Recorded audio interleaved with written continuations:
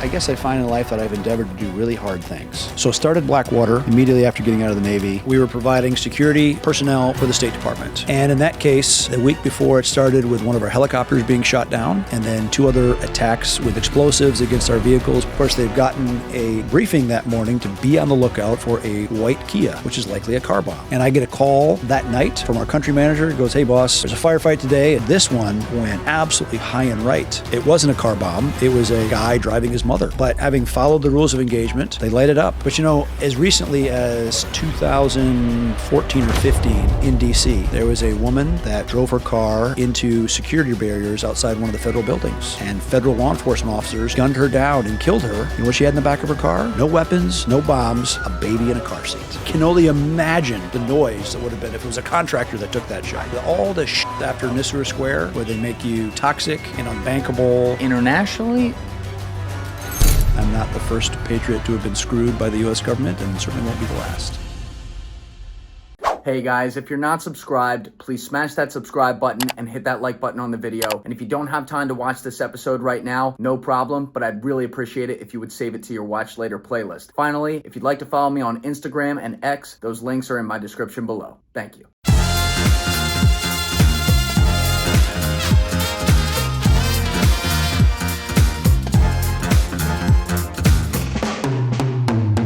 You're an intense guy. Anyone ever tell you that? Not really. No? You walk in all business, man. I think I got 2 words from here until you sat down a minute ago. See? I got a lot on my mind. What is on your mind, Eric Prince? You know what? I guess I find in life that I've endeavored to do really hard things. And with it comes all kinds of friction and challenges to be overcome. And so I guess I find I've developed a really low first gear. Low first gear. Meaning when things get hard, you just find a way to keep moving and keep pushing through and find a way to win. Yeah. Where do you think that came from? Is that something you developed as a kid, or it took a lot of these experiences? I think first of all, my dad was very much the embodiment of the American dream. His dad died when he was 13, Great Depression. He had an older sister, a younger brother, and there was not the welfare state, so they had to survive. So he became a significant breadwinner in the family at age 13. And 13? He was managing a car dealership when he was 16. Whoa. They were built different back then. He found a low gear, and he just ground away and did it. And so put himself through college, commuting back and forth from the Upper Peninsula of Michigan to sell cars on the weekends, hitchhike back to Michigan Tech in the Upper Peninsula. Eventually finished at University of Michigan, did his 2-year Air Force mandatory service, and worked for a tool and die company, basically making machinery, which made die-cast machines. And then 1965, he left with 6 employees, took 6 guys with him, remortgaged his house and his car and his appliances with 3 daughters, and started. So, starting a business in your 20s, if you're not married without kids, you can't fall very far. Right. I tip my hat to my dad for having the spine, the steely spine to just say, I'm going to do it now. I'm in my mid-30s, and he had kids, and he did it. So, yeah, I guess. And then growing up in West Michigan, Holland, Michigan, my dad was far and away the biggest employer in town. So knowing that his name was on the back of my jersey wherever I went, kind of, so I just didn't want to disappoint. Yeah, because obviously, your dad ended up being really successful, and it's not like you grew up poor or anything like that, but you developed an insane work ethic. there's some sort of inner drive there that, like, I would imagine had to be a combination of your parents being great parents, but also you, like, trying to push yourself, that a lot of people in your position don't get to that point. You know what I mean? I think we traveled a lot as a family. So in the early 70s, the Russians wanted to buy machinery from my dad.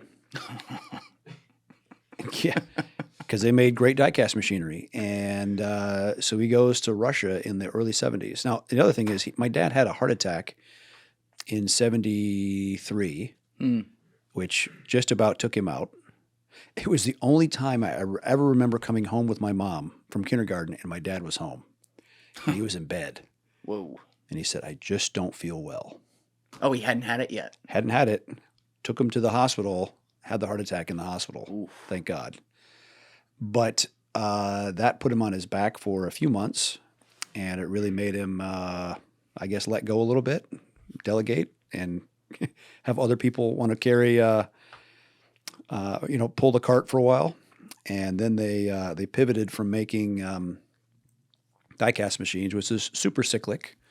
Some years people buy a bunch of machines, some years you don't, and it really sucks when the market goes dry. So they shifted from making machine tools to making die-cast machines. There was a guy that worked for him, Con Marcus, developed it. And when you get in a car and you tip the visor down with a lid, with a mirror, with the lights, that was their patent. Oh wow! And he sold the first 5,000 of those to Cadillac based on one made of balsa wood. Okay, never made a production one. Cadillac bought it, and they had to figure out how to make them at production scale. So say yes and figure it out was the way. So that's definitely something you carried with you too. I think so. Figure it out later. I think so. Had your dad served in the military too, or? He was in the Air Force for 2 years. There was a draft back then. It was right after Korea. Right. He was a photo reconnaissance officer. So the funny thing about that is whenever you flew in a plane with my dad, he could tell you pretty much what kind of factory was down below. Oh, wow. Because of the way it's configured, the smokestacks, the power supply, whatever. I guess he spent a lot of time looking at overhead imagery. Yeah. So was that something though as a kid, like, because you ended up going into the Navy and there's a whole thing that happened there, but was that something you had kind of dreamed about doing, or? I got zero military interest from my dad at all. He was, you know what? He did not have the luxury of hobbies or distractions. He had to, feed his family in middle school and high school, and then just ground away because he had no safety net. And so he left me, my siblings, he left us a safety net. So whatever I've done has been easy compared to what he did because he was out on the edge of the cliff and he wasn't roped up. Yeah. But you did still pick hard things. I mean, it's a hard thing to be like, you know what, I want to be a Navy SEAL. Like, that's not, you don't want to write that off. Well, yeah, but we travel. So anyway, back to the Russia thing. So he goes to Russia in probably 74, 75, and he really doesn't like it. He doesn't like the surveillance state, and they're going through his stuff, and it just really chapped his ass. Because he had never really been political. He'd never really traveled much abroad. And so that was, Moscow in the winter of 74, 75. Very different experience, I'm sure. Nice and warm. Yeah. He came back with a big fur hat.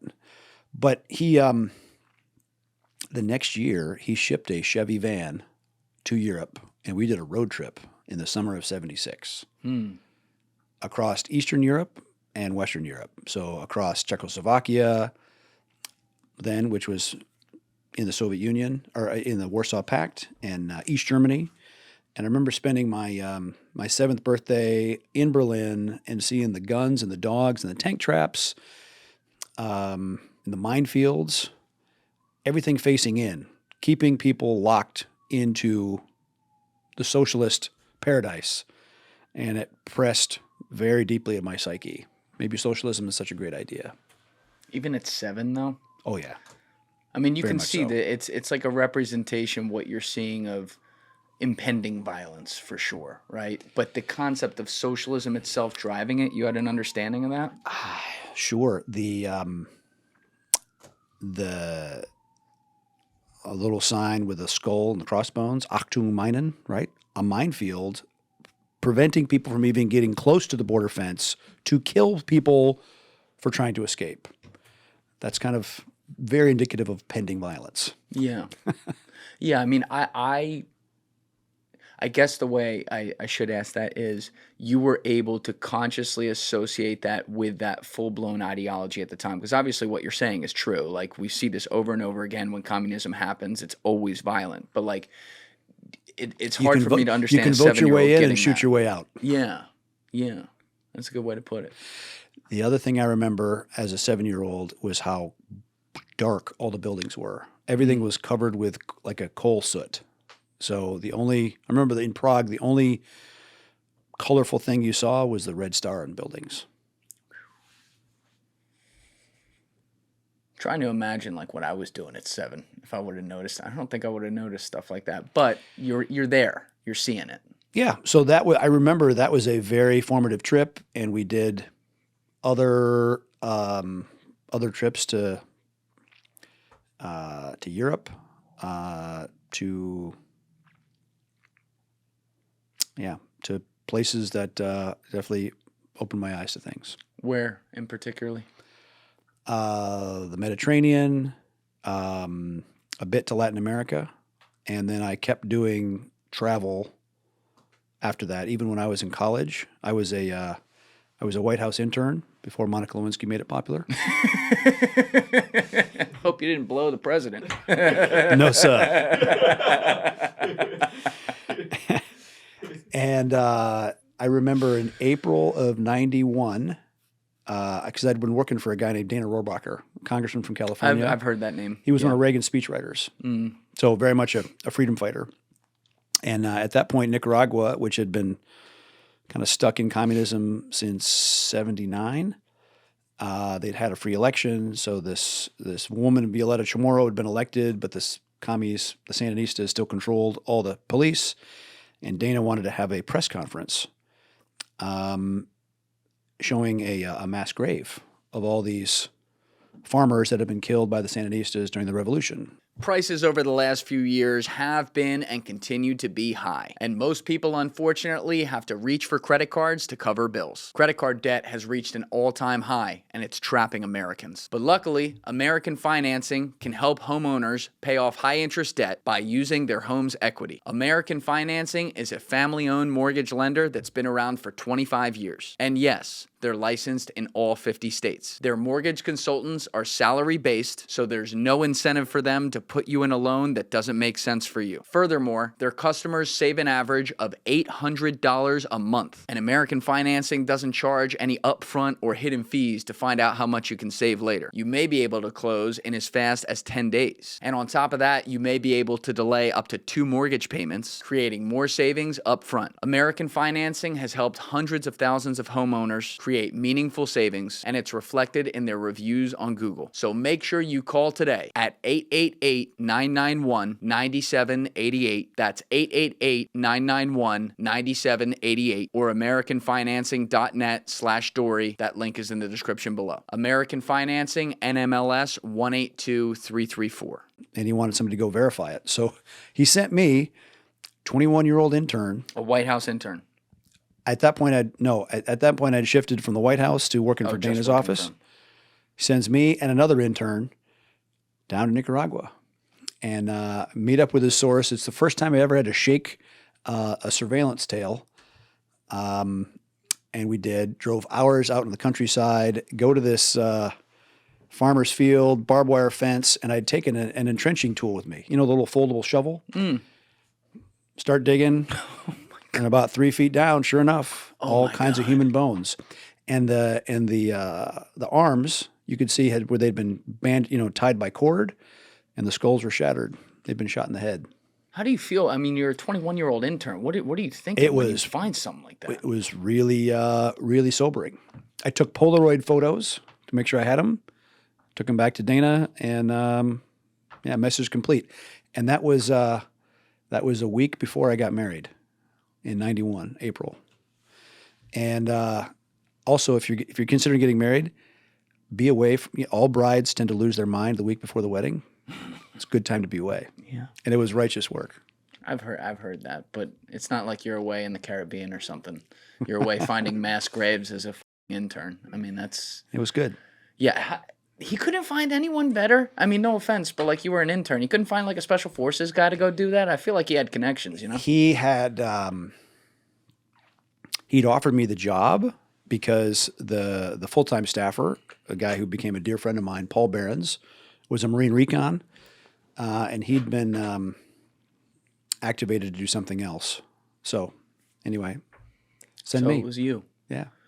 So you find how many bodies approximately did you find? We stopped digging at 3. Oh my God. And there was lots more. So so we covered it up because they were going to do a much bigger, and they found dozens and dozens. Now, what did you do with that information? You obviously bring it back to them, and then did something happen there where now the administration takes action? They had more hearings, and it was all about trying to help the U.S. Because remember, even then, you had the State Department, which was dominated by leftists that had an aptitude to be apologists for communists. In 91? Oh yeah. Really? Oh yeah. Lots of the very left-wing churches were very they called them Sandinistas because they were down there. The very long hair NGO hippie types were in love with the socialist lie. That's interesting. I mean, obviously, like I wasn't around then, but you wouldn't think that considering you got HW in there who's after 8 years of Reagan. Oh, come on. But you had people in Congress like Ron Dellums, okay, super left-wing Marxist black guy from California who's on the Intelligence Committee, and he is an active apologist for the Soviet Union, for Cuba, for all the communists. So look, we have a wide diversity of political thought in Congress, and it certainly existed back then as well. Do you ever think that, we make it a little too binary with some of this stuff? Obviously, we have some Looney Tunes in Congress today. We've always had Looney Tunes in there. There's no doubt about that. But sometimes it feels like, especially looking at the political divide we've had since the social media era started, like everything is labeled. You're either far right or far left. Do you think there are still people that exist? Maybe they're not great because they're in Congress, but you think there's still people that exist in Congress that aren't necessarily either one of those labels, meaning they're more moderate? Yeah, probably. I would say my frustration with members of Congress, House and Senate, is how little experience they've had in life or outside the United States. Touring. I always find it funny when people are going to run for president and they do a trip abroad, right, to say they're going to bolster their foreign policy credentials. Like, really? What have you been doing for the first 50 years of your life that you're just now curious enough to go abroad? There's a lot of very unserious people that are put in positions of responsibility, both elected and appointed. So I would agree with that. I think I was talking with someone yesterday. I won't use names, but I was talking with one guy who's done some shit, seen some shit. He was telling me about another dude who's well known, and he's like, this guy worked behind a desk for 30 years. He never went. He was talking about all the different places he went and the missions he did and whatever. He's like, he never went to any of these places. He didn't see it, and yet he was telling us how to do it. And that seems to be, as someone who's never been in Washington, D.C. or seen that like you have, that does seem to be a very common occurrence within the bureaucracy. When you look at the people that built the British Empire, or for that matter, that built the American colonies, think about a guy like Miles Standish or John Smith. You think about how America was founded. It was not founded by the British Army. It was founded by companies, effectively listed on the City of London, kind of a joint exchange.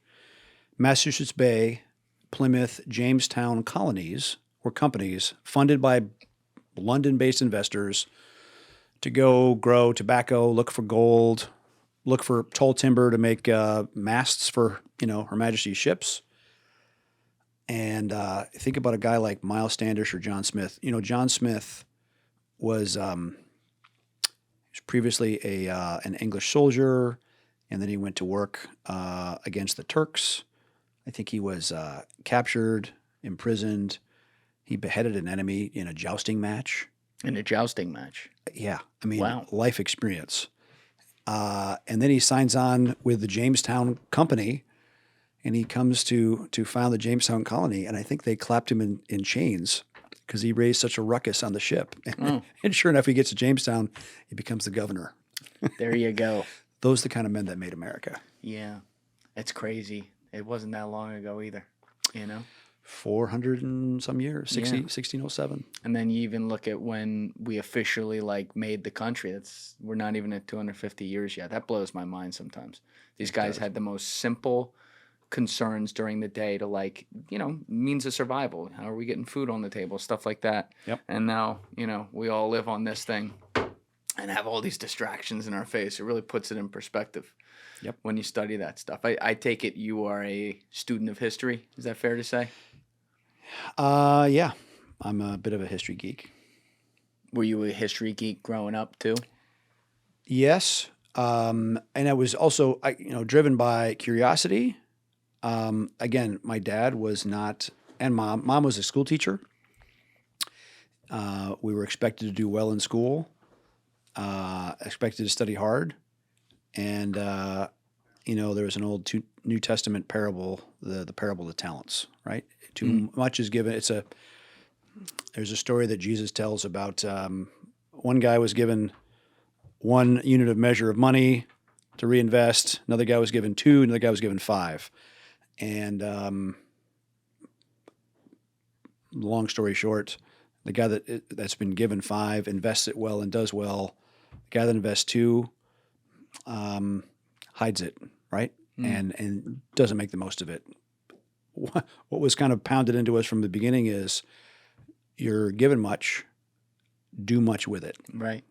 And so I loved history. I remember going to Normandy as a kid in 1980. Whoa. In the beaches and all the rest. And I was as the 11-year-old, I was a tour guide for the family, and so paid attention wherever we did travel, kind of what battles, and my kids still give me shit about going to a certain place and say, "All right, anybody tell me what happened here?" So then they would start reading ahead where we were going to try to crash in the test that they knew would be coming from Dad. What was it like being at Normandy at 11? Well, think about that. That was only it was 36 years later. Mm-hmm. We are well past 36 years after 1980. Yeah. So I was closer to the actual invasion. It was humbling, and you see all the white crosses lined up.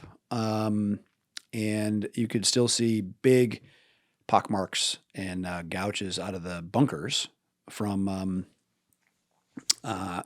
Allied shelling. What Spielberg portrayed in Saving Private Ryan was very accurate. Yeah. In terms of the concentration of fire, the fortifications, the pounding that area received, because there's still 50, 60-foot wide craters that are at least 15 foot deep from a 12-inch, 16-inch shell moving dirt. I had the great fortune of jumping in to the 75th anniversary, 2019, static lined out of an original C-47 that made the drop. Oh, in you 44. actually, you went. We literally jumped in. Whoa. And there was the guys from Horse Soldier Whiskey, the original SF team that went into Afghanistan, right? The Horse Soldiers. You saw that? There was that movie, 12 Strong. We're going to have a podcast coming about that in a few months, I think. Good. Yeah. They're cool guys. They're legit. But they sponsored a bird, and I got on there with a buddy of mine from the teams. And yeah, it was amazing. And we wore all period uniforms. Oh, you were in character too? Yep. And it was expected. And so even the vibe of 1,000 people getting loaded all in uniform at 0400 that morning it was pretty special. And then to jump in and land, and the crowds were amazing. And fortunately, the grass was soft because jumping static line in your 50s can hurt, but it was good.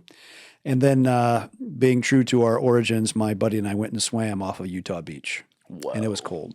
So, but it was a great experience and a great reminder. I can't even imagine the fear factor of riding that kind of aircraft across that level of ground fire with shit for navigation, flooded fields, and they did it. They just turned up and got it done. It's amazing. There's an awesome clip of Dwight Eisenhower sitting like right on the I guess like the wall outside the cemetery, maybe 16 years later, something like that, or 20 years later, I think it was. It was after he was president. It was the 20th anniversary. And it just hits me every time because, you know, he's the guy who obviously ordered that whole thing, and he knew he was basically sending bodies at the problem. He's like, we're just going to out-volume these guys, which means we're going to for plenty. them. Right. And, you know, to sit there and also a tough call. Oh, yeah. Because he had to cancel it 2 days before because of crap weather. The weather. June 6th, still not great weather, but man, that's the Clausewitz talks about two kinds of courage to fight a war. Clausewitz? Karl von Clausewitz, a good Prussian military philosopher. Got it. He said it takes two kinds of courage: individual soldier courage to go, to go jump out of that airplane to go get it done, and the moral courage of leaders to commit their people to an uncertain outcome. That entire go no go decision was on Ike.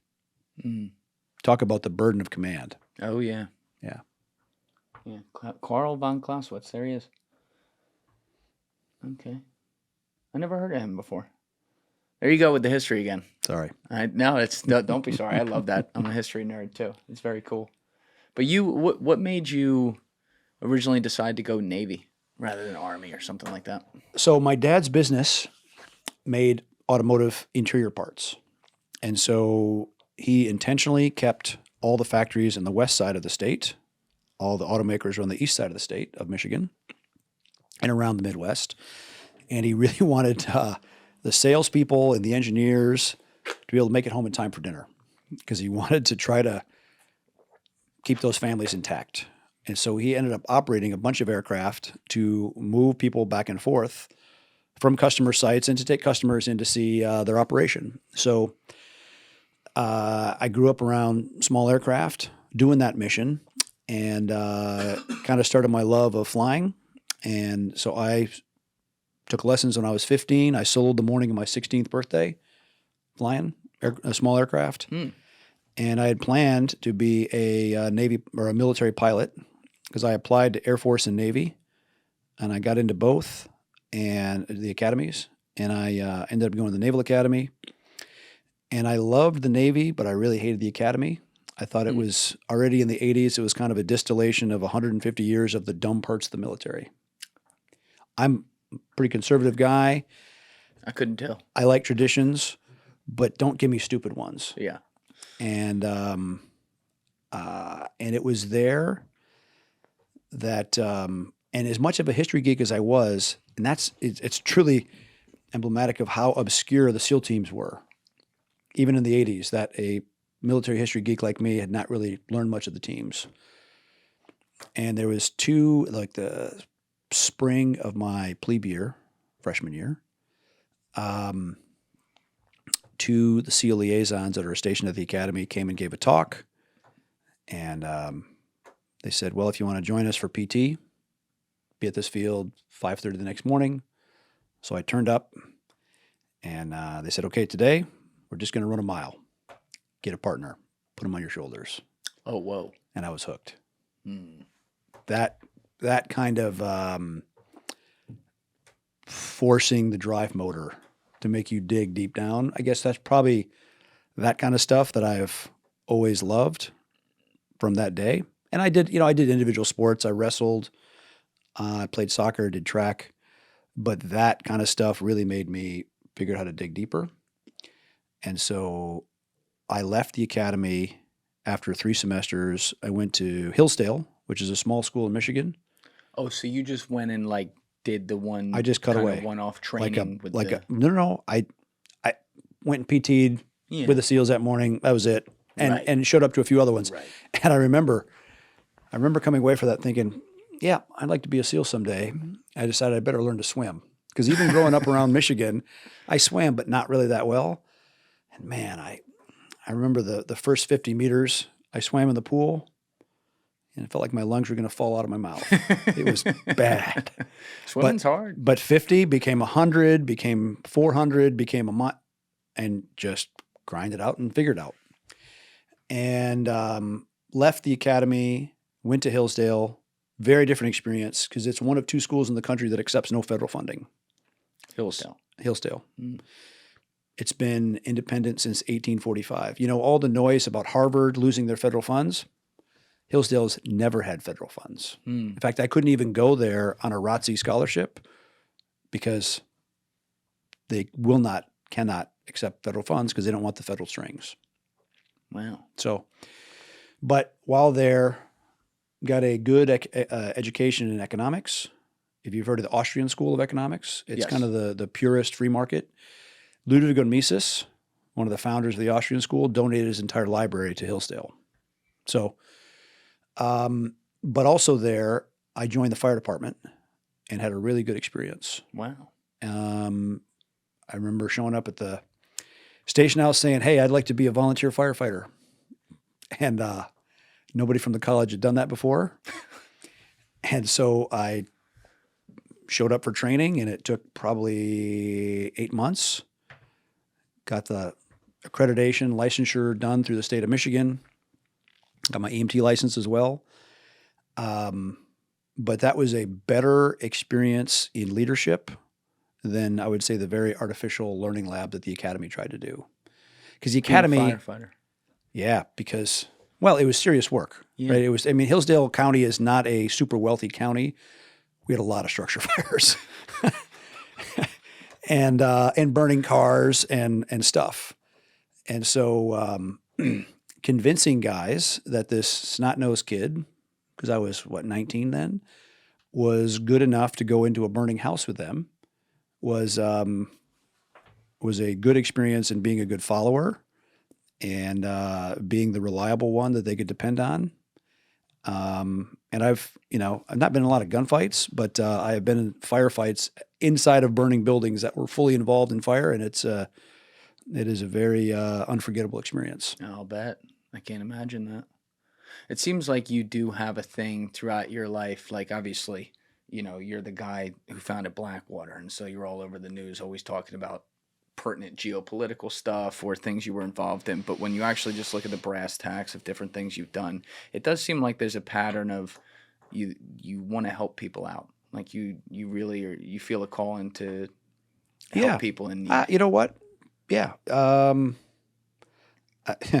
That was something I'd say one of my proudest professional moments.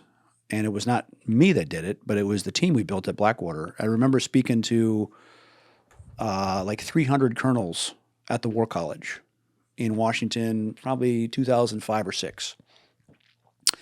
And they, I got out of the Navy as a lieutenant, a junior officer. Okay. So these 300 colonels popped to attention when I come in, and I gave the talk about what we do at Blackwater and why. And yeah, it's a private organization, but we do military adjacent stuff. And we have helicopters and fly on night vision goggles and, all that stuff. And afterwards, a colonel came up to me after that, and he said he had just come from brigade command in Baghdad, so he would have had 4,000 or so soldiers under his responsibility. And he said, I want you to know that my guys in Baghdad, his guys, would have the Blackwater call signs and frequencies on the dash of their Humvees because they knew that if they got in the shit, the Blackwater guys would come for them. No excuse, no bureaucracy, no delay. I said, I am very proud to hear that because we said the good Samaritan rule applies. Yeah, and also, like, to jump ahead for 1 second on that, I'll come back to the Navy stuff, but it's interesting. There's an interesting like dichotomy. I don't know if that's the word I'm looking for, but like this weird thing where the government has the things that they fund that they're directly in control of, like the military, obviously, and you run into some of these problems like the bureaucracy, chain of command, all that. But then the same government has money that they fund privately, whether it be to Lockheed or whatever company or Blackwater, and you guys, for the better in a lot of ways, don't have to play by some of the bullshit rules. You get free reign to do your job and bring in the expertise in some, not carte blanche, but you know what I mean? Like there's a little bit more freedom. Here's the thing. Every bureaucracy from inception grows. If you have a bush in your driveway and you never prune it, it soon becomes a big out of control weed. Right. And whether that is parts of military bureaucracy, whether that's part of Lockheed Martin bureaucracy or the Pentagon procurement bureaucracy or anything, every bureaucracy grows unchecked until someone checks it and prunes it back and says, we're going to get back to core mission and we're going to figure out how to make it happen with less of a budget. It is extremely healthy for military, civil, political, business organizations to be pruned and to be right-sized and to continue that. I, from the outset, implored our people at Blackwater. I said, we never want to look like our customer. We never want to look like our... We never want to behave like. Yeah. Okay, we are here. Most, like 98% of our revenue was competitively bid, meaning this is a statement of work that some government or some customer puts out. Do this, give me a bid, okay?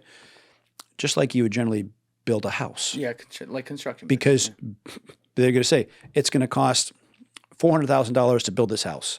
You don't say, well, it might be $400,000 or it might be $1 million. I'll tell you about it when it's done. No, who does that? The government does that.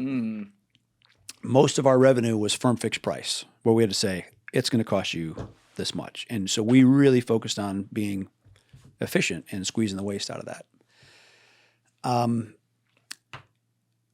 So we very much implored our people. You know, at the same time, I get out of the Navy earlier than I planned to, jumping back to the storyline. I served in the SEAL teams for a few years after college. I loved it. I planned to stay for 12. Do you mind just saying where you served, just so people have context with that?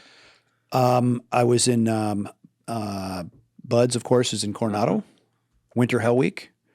And my class is unique in that our Hell Week was held on San Clemente Island. It's the only one in SEAL team history. You're a one of one. One of one. It was because there'd been so much rainfall and so much sewage and flesh-eating bacteria. Flesh-eating bacteria. Yes. That sounds awesome. Washed in from Tijuana into San Diego Bay and the ocean that it was unsafe to put guys in the water. And especially as you're in Hell Week, your immunoresistance really breaks down, okay? And so even a scratch after 2 hours becomes inflamed, red, and infected.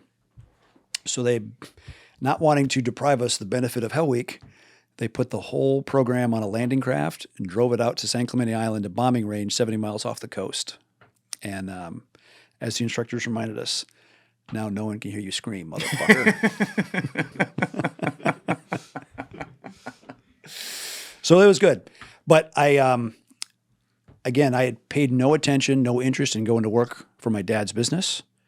And it was not an option anyway because it was family policy. You have to go do your own thing. Oh, I love that. That's awesome. You have to go do some kind of independent accreditation. Yeah. And it was my plan to do SEAL teams for about 12 years because I was an officer. And so after 12 years, you kind of start getting stuck at a desk. So I figured 12 years, then I'll go do something with my dad or whatever. Was he proud of you for doing that too? Yeah, he was. It was something he didn't understand really because he was not, I don't know where the commando gene came from, but it definitely was there somehow. But yeah, he was proud. In fact, they gave me a bronze statue after Hell Week, and it's from a a Western artist, and there's a cowboy riding a bucking bronc. And there's a plaque that says, "In the unwritten law of the range, the work ethic still exists. When you sign for a brand, when you sign for an outfit, you ride for a brand. True commitment takes no easy way out." And I've kept that in my house ever since. And then for a while, I had it in the Blackwater lobby and put a huge Blackwater logo on the front of it because that was Good branding. yeah, we rode for a brand. Right. So anyway, my dad died unexpectedly from a heart attack, and I had to do another deployment after that yet, and did. And then when my wife was pregnant with our second child, she was diagnosed with breast cancer at 29, and which was not a great experience.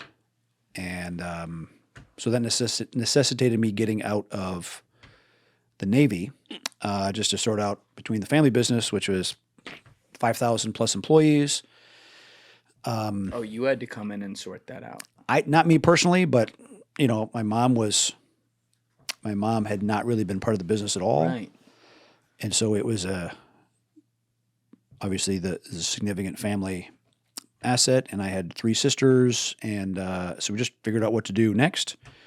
My mom made the right decision. She sold the whole thing, but the original business he started made die-cast machines that we talked about, and that business had just kind of lumped along, and we were going to sell it, and I had just gotten out of the Navy, I remember, and I was in Switzerland because we were going to sell it to our Swiss competitor, and I went for a long run, it was like a 12-mile run, and I remember because my thighs were burned. They were just chapped like crazy. But in that run, I thought, what the hell? I never got a business degree or any MBA or anything. And I never got a chance to work with my dad.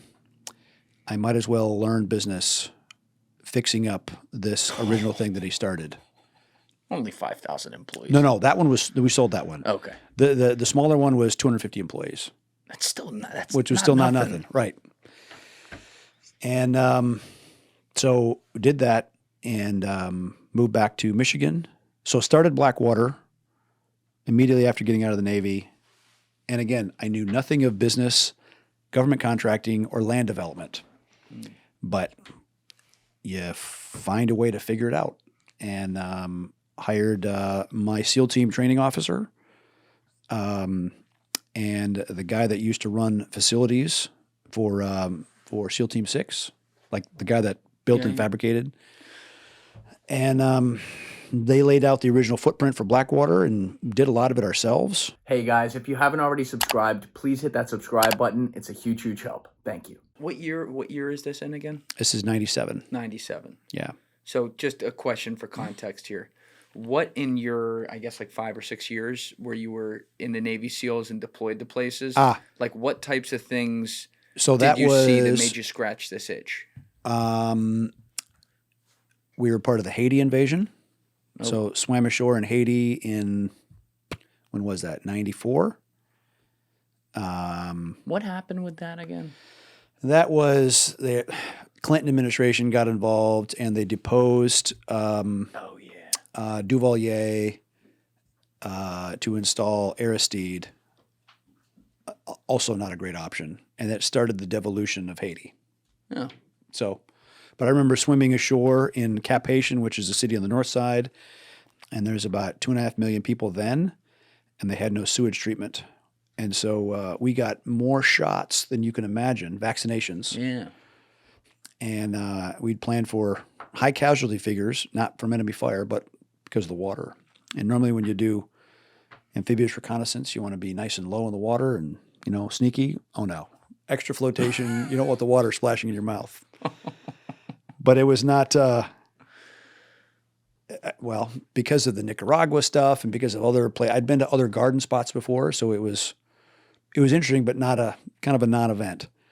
And then went back to Gitmo to have to wash all the vehicles, everything off, so that they didn't carry any weird agricultural diseases back to America.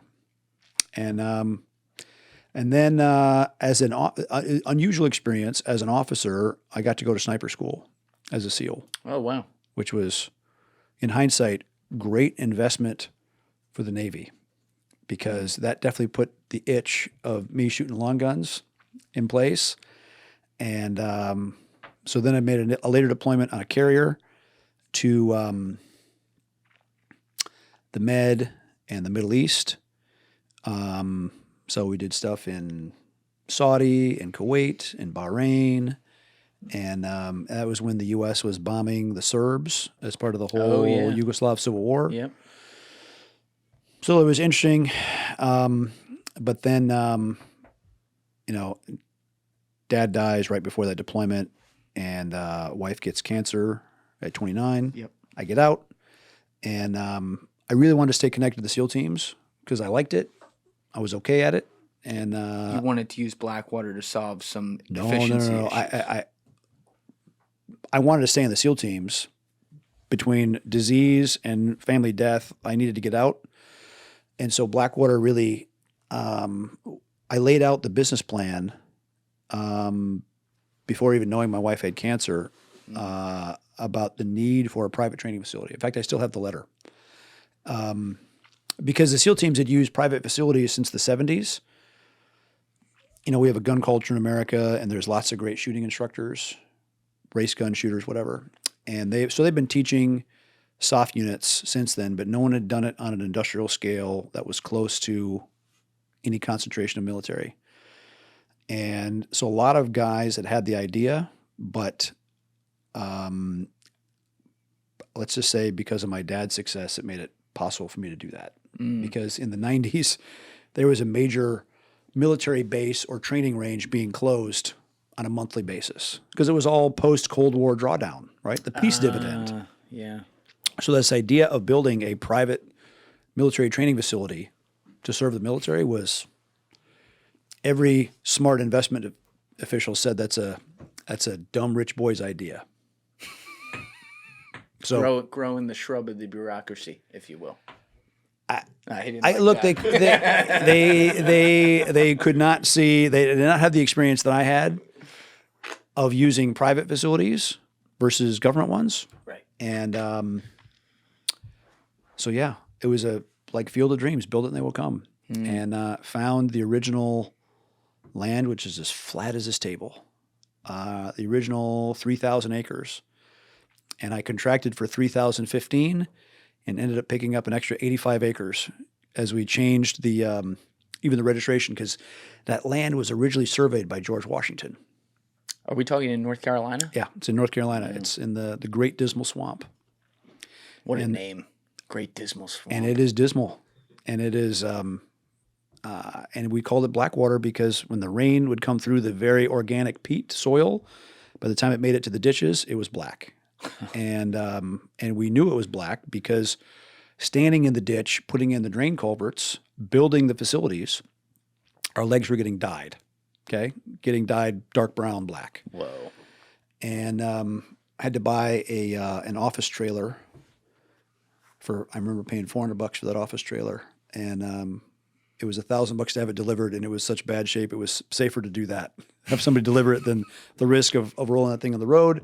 But over pizza and beer at the end of the day, the logo was designed because the power poles, because we had to put about 5 miles of power lines in, and when we put the power poles in, within days, the bears were coming and ripping their mark. And the bigger the bear, the higher up on the pole they would rip, and it was literally marking their turf. So we had to give some kind of credence to that. And one of the original name ideas was the Tidewater Institute of Tactical Shooting, but we thought the acronym would be a little too spicy. Yeah. So Blackwater's hard. That's a hard name. Yeah. And there's a Blackwater National Wildlife Refuge not that far away, so it was not. We can't even say it was super original. But the logo came from those the bear paws, and that was pizza and beer design, not a high dollar marketing firm. But what a great experience starting a team from scratch and figuring it out, and it was one of the best experiences of my life. How long did it take to develop all that land?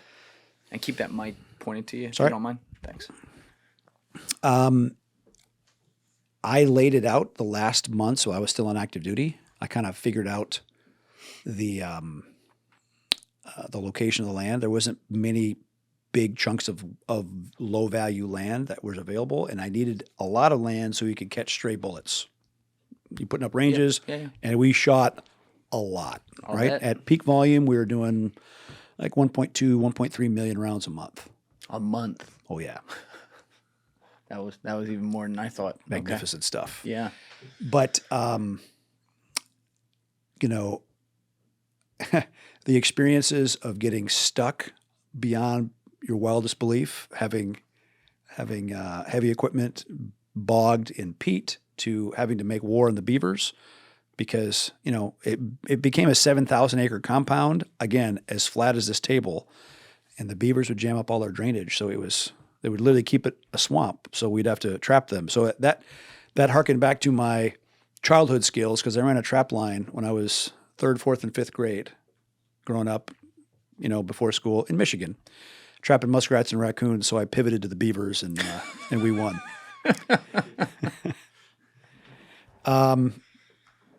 But what a great experience to give people with a lifetime of experience in training special operations or building facilities. Our first shoot house was built by effectively the maintenance crew from SEAL Team 6's compound. Oh, wow. And they came out on weekends, paid in cash, and built one of the largest shoot houses on the East Coast. It's still standing, still working. And so, yeah, it's for those of you who are young and you see an arbitrage, you see this is what's needed, this is the skill set we can apply. Take the risk, man. Figure it out and find a way to win. And you will look back on it with, even if you try and burn in, you'll learn and have a hell of an education for having done so. Yeah. I mean, you're talking about finding the problem and solving it. To make it really simple, I mean, that's what it is. And surround yourself, go back to the well of the people you know and trust to do that. And I had kind of a great bench to draw from. I had fucking high time SEALs that understood that, and they also would. I mean, that's the other thing. They would, when you have high energy people, high competition, high drive motor, they will, everything's a competition. Oh, yeah. I mean, even at the SEAL teams, on Fridays, it would usually be a long run or a long swim or something. But it was so effing competitive that we'd all pile on a school bus, and it would drive us out somewhere to drop off. They'd be opening that door while the bus was slowing down, okay? Not waiting until it stopped and get off in an early manner to start. Oh, no, fuck no. It was bail out, explode, and it's a race. It's on. It's always on. And building that culture as, from the first 6 employees of Blackwater, and not all my hires were right. I will also admit that, because I did what normal corporate America told me to do. I went to a headhunting firm. Oh, no. To find a guy that, because I said, look, we have to understand this is a military training facility. We teach law enforcement. We're a facility to do that. But we also want the hospitality piece. And this high dollar headhunter found this guy who was resume perfect. Former Marine, Lieutenant Colonel, logistics officer, who was a specialty in fixing troubled Holiday Inn franchises. You'd think perfect. Yeah. Not perfect. Personality clash kind of thing? He just focused more on hospitality than on helping operators be operators and honing that steel. And so, when you make a mistake in the wrong tactic or the wrong business plan or the wrong people, when you've made the wrong decision. And a lot of people will blanch from cutting away a bad parachute, cut away and cut deeper than you think you need to. And so I did. And, the guy who ground away and truly earned the right to be president of Blackwater was a guy named Gary Jackson, who I originally met while doing an investigation for a young SEAL that had got into a fight versus four Navy airmen, and he'd bitten the ear off of one of them. So it was 4-on-1. Tyson. He won. Yeah. But in that process, I met Gary Jackson, and Gary was an early computer geek. He built our website while he was deployed in the Caribbean hunting narcos, and just never went to college, but he had a lifetime of experience and education and insatiable curiosity and a leadership style that even in a whole bunch of alpha male type people, he was comfortable to find the very best people in each lane and to give them an intent-based leadership. We want to do this, not I expect you to do this by doing 10 steps that I prescribed for you, right? How were the Germans so effective in at the end of World War I with fighting the trench warfare? They would give mission tactics. Say, we want you to achieve this. Find a way to make it work. They're given autonomy essentially. Exactly. How did the Blitzkrieg work so well? Yeah. It was that. It was intent-based leadership. And Gary built. I'm the investor and the original vision guy behind Blackwater, but Gary made the whole thing run, and he built a hell of a team. When did you hire him? Because you started in '97. Gary came on to do sales in '98, and he was, I'd say, president by '99, and then the business really started to accelerate by 2001, before 9/11. Oh, before 9/11. Yeah. That's interesting. Because our first big volume customer was the Navy that came to us after the Cole, USS Cole, a Navy destroyer, got blown up in Yemen, and the sailors that were guarding the ship were holding pretty much unloaded weapons that they never fired before. Yeah, we had Mike Ritlin in here. He was one of them guarding that. Yeah. So the Navy, having nearly lost a multi-billion-dollar warship and worse, 17 sailors, they came and said, we want you to do show us and help us do a nationwide sailor armed security, shipboard security, visit board search and seizure training program. And we did that. And I think we trained almost 100,000 sailors safely. 100,000. Yeah. Basically anybody that carried a gun in the Navy was coming through our pipeline. How many employees do you have by this time, approximately? For that, we ramped up to a couple hundred, probably, between instructors and all the rest. That's a lot of people to train still. Crazy. And then, so we had that flywheel spinning when 9/11 happens. And then... where were you on 9/11? I brought my kids to school that morning in McLean, Virginia. And I'd heard about the first crash of a light aircraft into a building in New York. And then I went to the same place I always got my hair cut, to Ali, my Turkish Muslim barber, who oddly enough had a razor at my neck as we're watching the second aircraft crash into the towers. And he's been a great friend ever since, and we joke about that. But it was really sobering. And then, my wife, who was fighting cancer then, her cancer doc and her treatment was at St. Vincent's in New York. And so she was supposed to be there on September 13, which was obviously canceled and delayed. We go up a week later. But I went to Ground Zero and used my ID and, at least had to walk around while she was hooked up getting chemo. But it was a very sobering moment to see that level of destruction.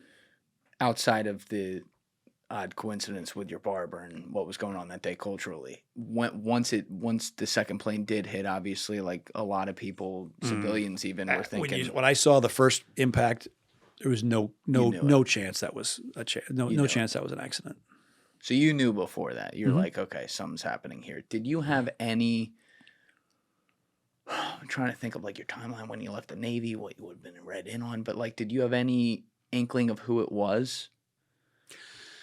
Well, it was an Al-Qaeda stimulus that lit up all the Rangers in Mogadishu in '93, and it was Al-Qaeda that hit the embassies in Dar es Salaam and Nairobi. Mm-hmm. It was Al-Qaeda certainly that stimulated the attack in Yemen. Mm-hmm. So if it looks like a duck and quacks like a duck, it's probably a duck. So right away, that's you're on my that. default was. And I was out of the Navy at that point. I had no clearance. We had no facility clearance. So I had no particular insight to it. But your business, as you said, was ramping up just coincidentally before that happened. So you're already, because you're training all the sailors, the 100,000 people who may be holding a gun. After 9/11, like how quickly does it go to, oh shit, like now you become Blackwater as we know it? The agency's protective detail, the CIA director's protective detail, were regular customers because they could rent out the place and do their thing with no with privacy. And a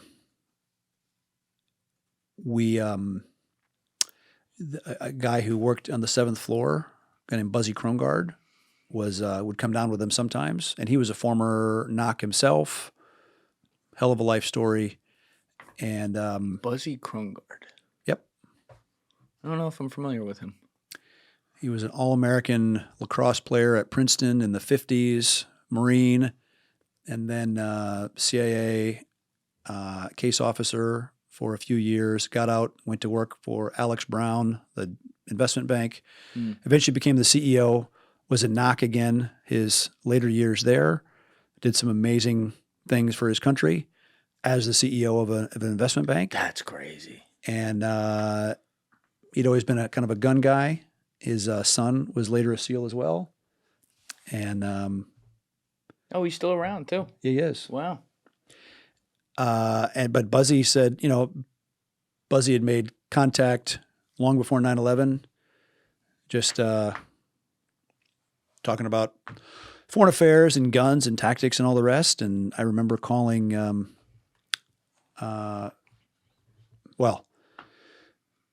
as a derivative of working for Dana Rohrabacher, because when Dana got out of the White House, he first went to Afghanistan in the late 80s while the Mujahideen were still fighting the Soviets. Yeah.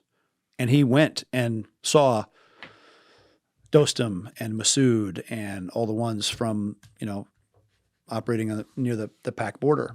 And he went into country and he kept touch with them.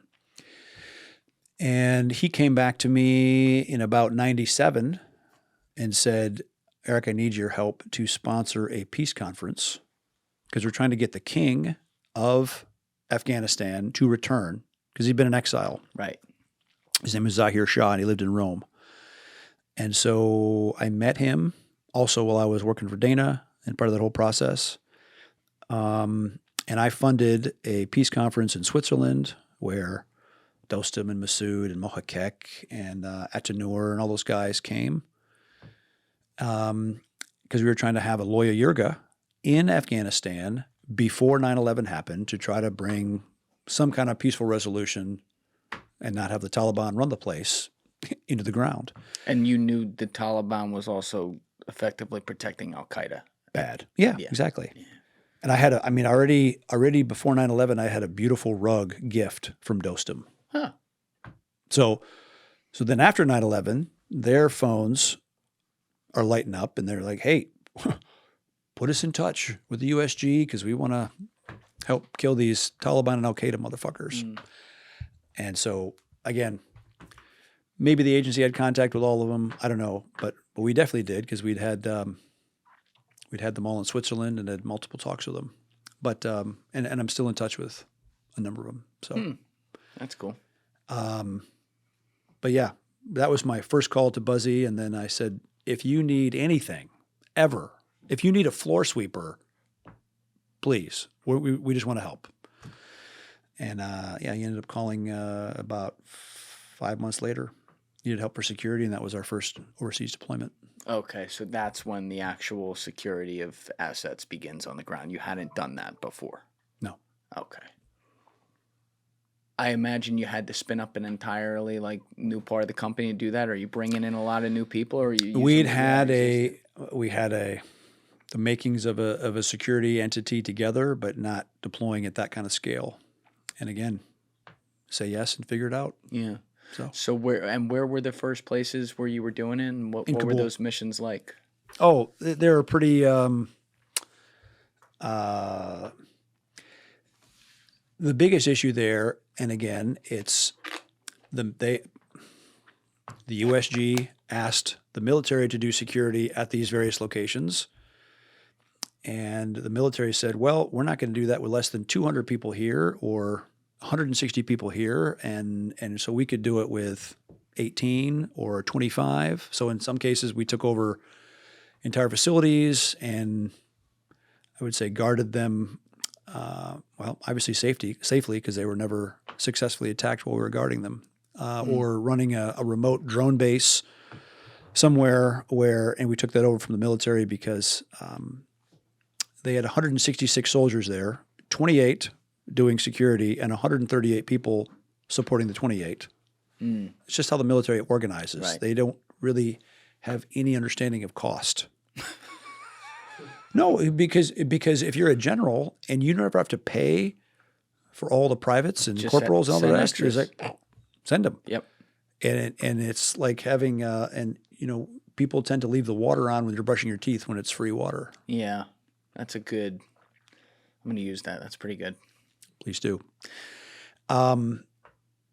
So look, because obviously our guys were expensive, we economized, and so we could take over that entire facility, safely run it for years with 25 guys, 5 of whom would be dual-hatted to keep the water, the power, the sanitation, the comms, the vehicles running.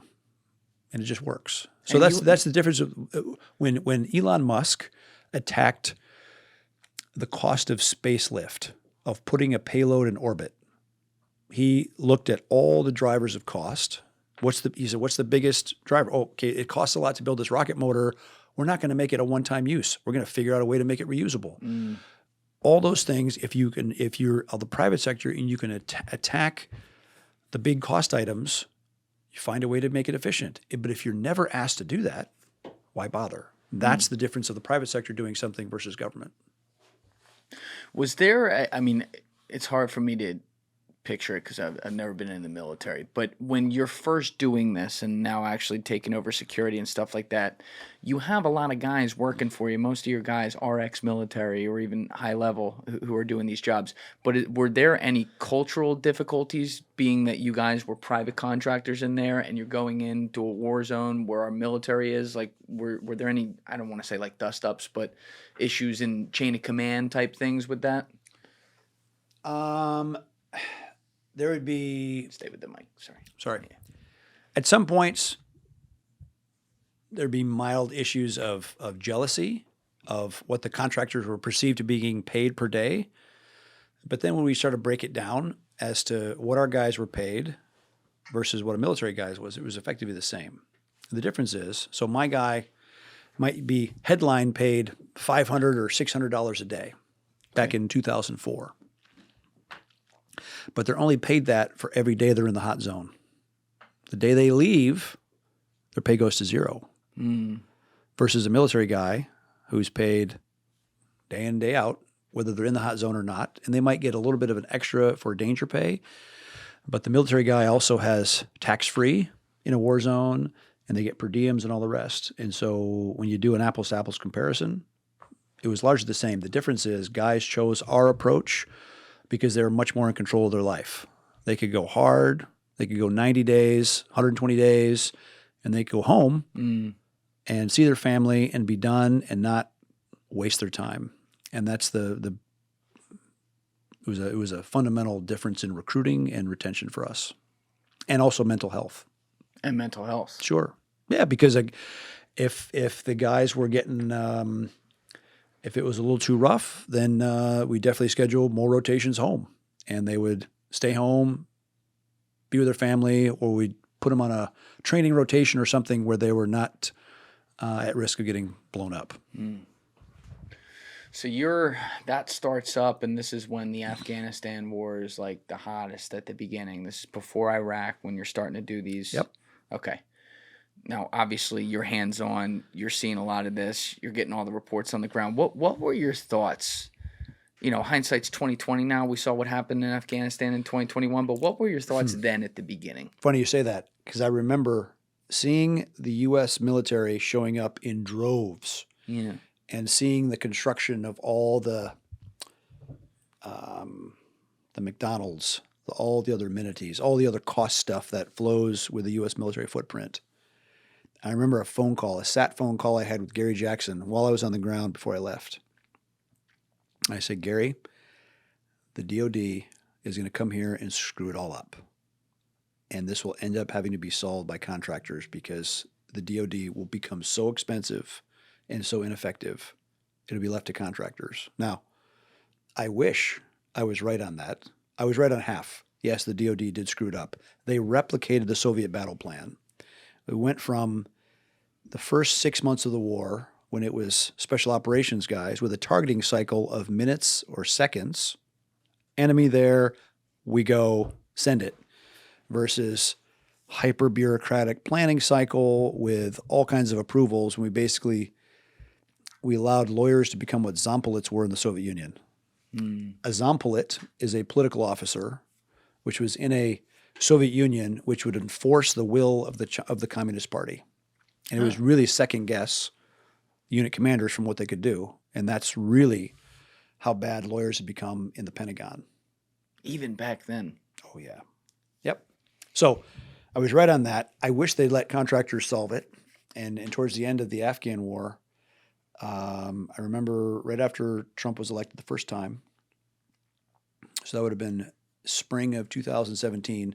Steve Bannon, one of the I guess policy advisors to President Trump then, said, "Hey, we're gonna debate a change in Afghan policy. Write an editorial." To me. So I did, and it got published, and I called out for a different strategy in Afghanistan, which would have massively reduced the conventional footprint of the DOD and go back to what worked for 250 years, which was kind of the East India Company approach. You've heard of the East India Company? I've heard of that, but how would this work in practice in Afghanistan? So the East India Company... And sorry, Eric, if you don't mind, just stay like a little closer. I just don't want you getting out of focus. My bad. Right. I'm always out of focus. The East India Company was a private company that did three things. It facilitated trade in difficult places. It performed functions of government, kicked ass when necessary. And the whole problem of the U.S. presence in Afghanistan is we never got the economy actually going legitimately there.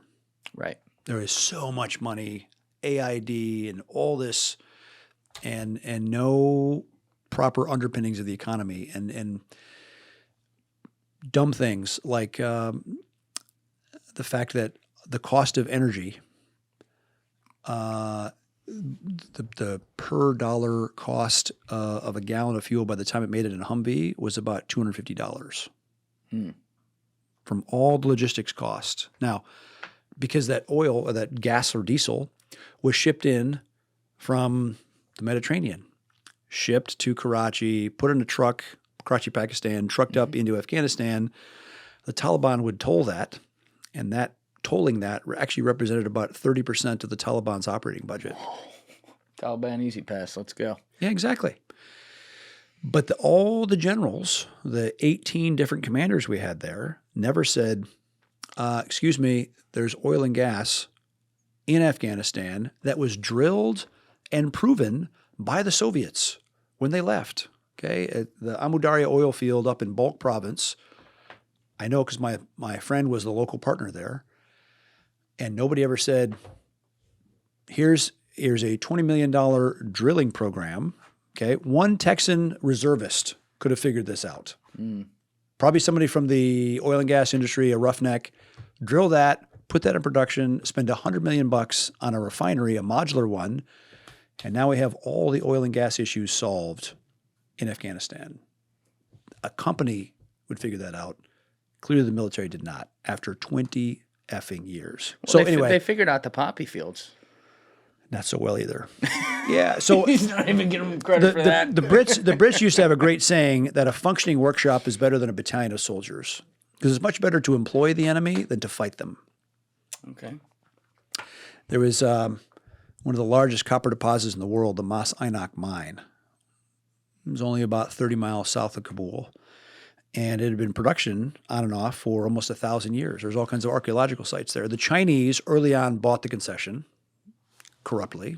But again, a smart general would have said, in 2 months, I want that mine turned on. I don't care who owns it right now. We do now. Turn it on, and you could have employed 10,000 Taliban. Because if the Taliban is paying $10 a day, put the word out to pay $12 a day, and they'll put their guns down. Give them 3 square meals, let them pray 5 times a day, give them pick and shovel, let them mine copper. Great. You've just taken an entire infantry division of Taliban off the battlefield without killing them. That's how the East India Company did business. I got what you're saying. But you're writing this op-ed. I wrote an op-ed in 2017. Yes. Laid it out and made the case for how to, because again, it was not a hypothetical situation for us because I'd had dozens of my own aircraft in Afghanistan doing these kind of support missions for DOD. I'd had 1,000 plus people doing security or training or advisory work, actually embedding. Because one of the other big problems in Afghanistan was we had, I think, 31 or 32 troop rotations. So you say we were in Afghanistan for 20 years? No, you were there for 31 troop rotations for 6 to 9 months at a time, sometimes 12 months. But at every time that military unit would leave, they wouldn't go back to the same area. So you'd have all that area knowledge that you built up over 6 or 9 months, leave with those guys. Whose bright idea was that? The Pentagon's. They never fundamentally adjusted how they rotated troops to affect the realities of the battle space there. Our approach, what I laid out and budgeted, that I could have taken 3,600 contractors. People love the word veterans. They hate to use the word contractors, right? But I could pay a veteran contractor to go back in and live with, train with, fight with, alongside each of those Afghan battalions that are worth saving, live on the same base, guide them so that every time that unit went out in the field, there would be some pale faces with them, providing leadership, intelligence, communications, medical, logistics expertise, kind of like the training wheels on a unit, so that if you have those units with the basics correctly, they don't get annihilated. And you combine that with a little bit of air support. Again, right seat, my pilot, left seat, Afghan, doing this. Right. Right? So the weapons are released by an Afghan, not by my guy, but you can line up the airplane and you take away the inshallah factor. The inshallah factor? Yeah, in the Middle East, in Arabic, they say, well, if God wills it, right? It's kind of like in Latin culture, they say, well, mañana, maybe, maybe tomorrow. No, there's no room for that. You need air support. You need it now with no bullshit, no excuses. So mentors in the field, and because I can pay them well, I can pay the same guy to go back to the same battalion in the same valley, go in for 90 days, home for 60, back in for 90, but they always rotate back to the same. So we keep that area knowledge the exact same way that East India Company did for decades.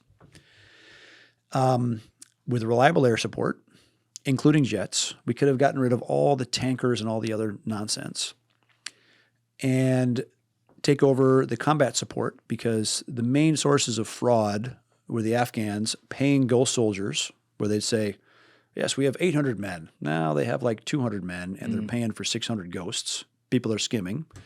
They did the same for ammo, the same for fuel, the same for food. Take that over, and then fix the medical issue because you were 7 times as likely to die if you were an Afghan and you got wounded, which is wrong. Yeah. Everything I just described for you cost 5% of what the U.S. was spending.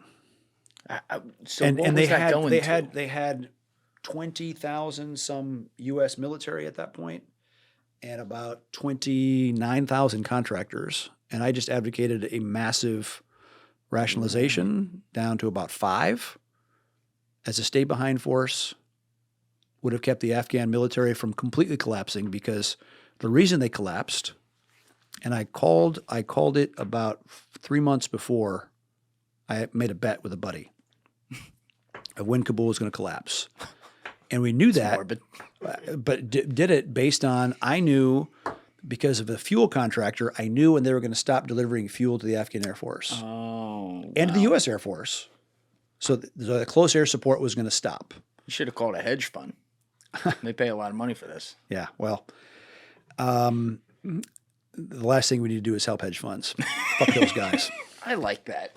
Good call. So I knew that if the Taliban were not going to get smashed by grouping up as 50 and 200, then they could go to 5,000. 5,000, they could start running over cities. That's exactly what happened. Now, cynically, because your plan on paper sounds pretty good, but again, you were writing this, not that this is your fault, but you're writing this 16 years in, right? And so when you think about all the things that had led to that, like all kinds of incremental thinking. Oh, yeah. Incremental thinking and deprived of any kind of price information, right? It was like the embodiment of socialism. Can you explain that? Yeah. The problem when the military says, we need this much to do something, they're making that general or that staff person is making that decision, not really understanding how much something costs. Okay. So it basically is going to be a road paved to hell of inefficiencies if they do that. The road to hell paved by good intentions. Right. Sure. Yeah. Okay. But you're writing it when all this shit has happened for a long time. Do you think that if you had been given the carte blanche in 2017 after writing this type of op-ed, there would have been a chance that you could have turned it around? 100%. Because it was not theoretical. I knew, and the one time I saw President Trump while he was president, the first term, it was on Veterans Day of 2019. And he came up to me and said, Eric, you were right. I should have listened to you in Afghanistan. I was like, Mr. President, there is still time. We can fix this. Give us a chance. But he never really controlled his national security apparatus the first time around. He never controlled it? The same Mattis and Esper were very conventional thinking, completely immune to innovation. And Gina Haspel, because what made sense is to do this under a Title 50 authority. Title 10 is how the Pentagon goes to war. Title 50 is how the CIA does its stuff. When the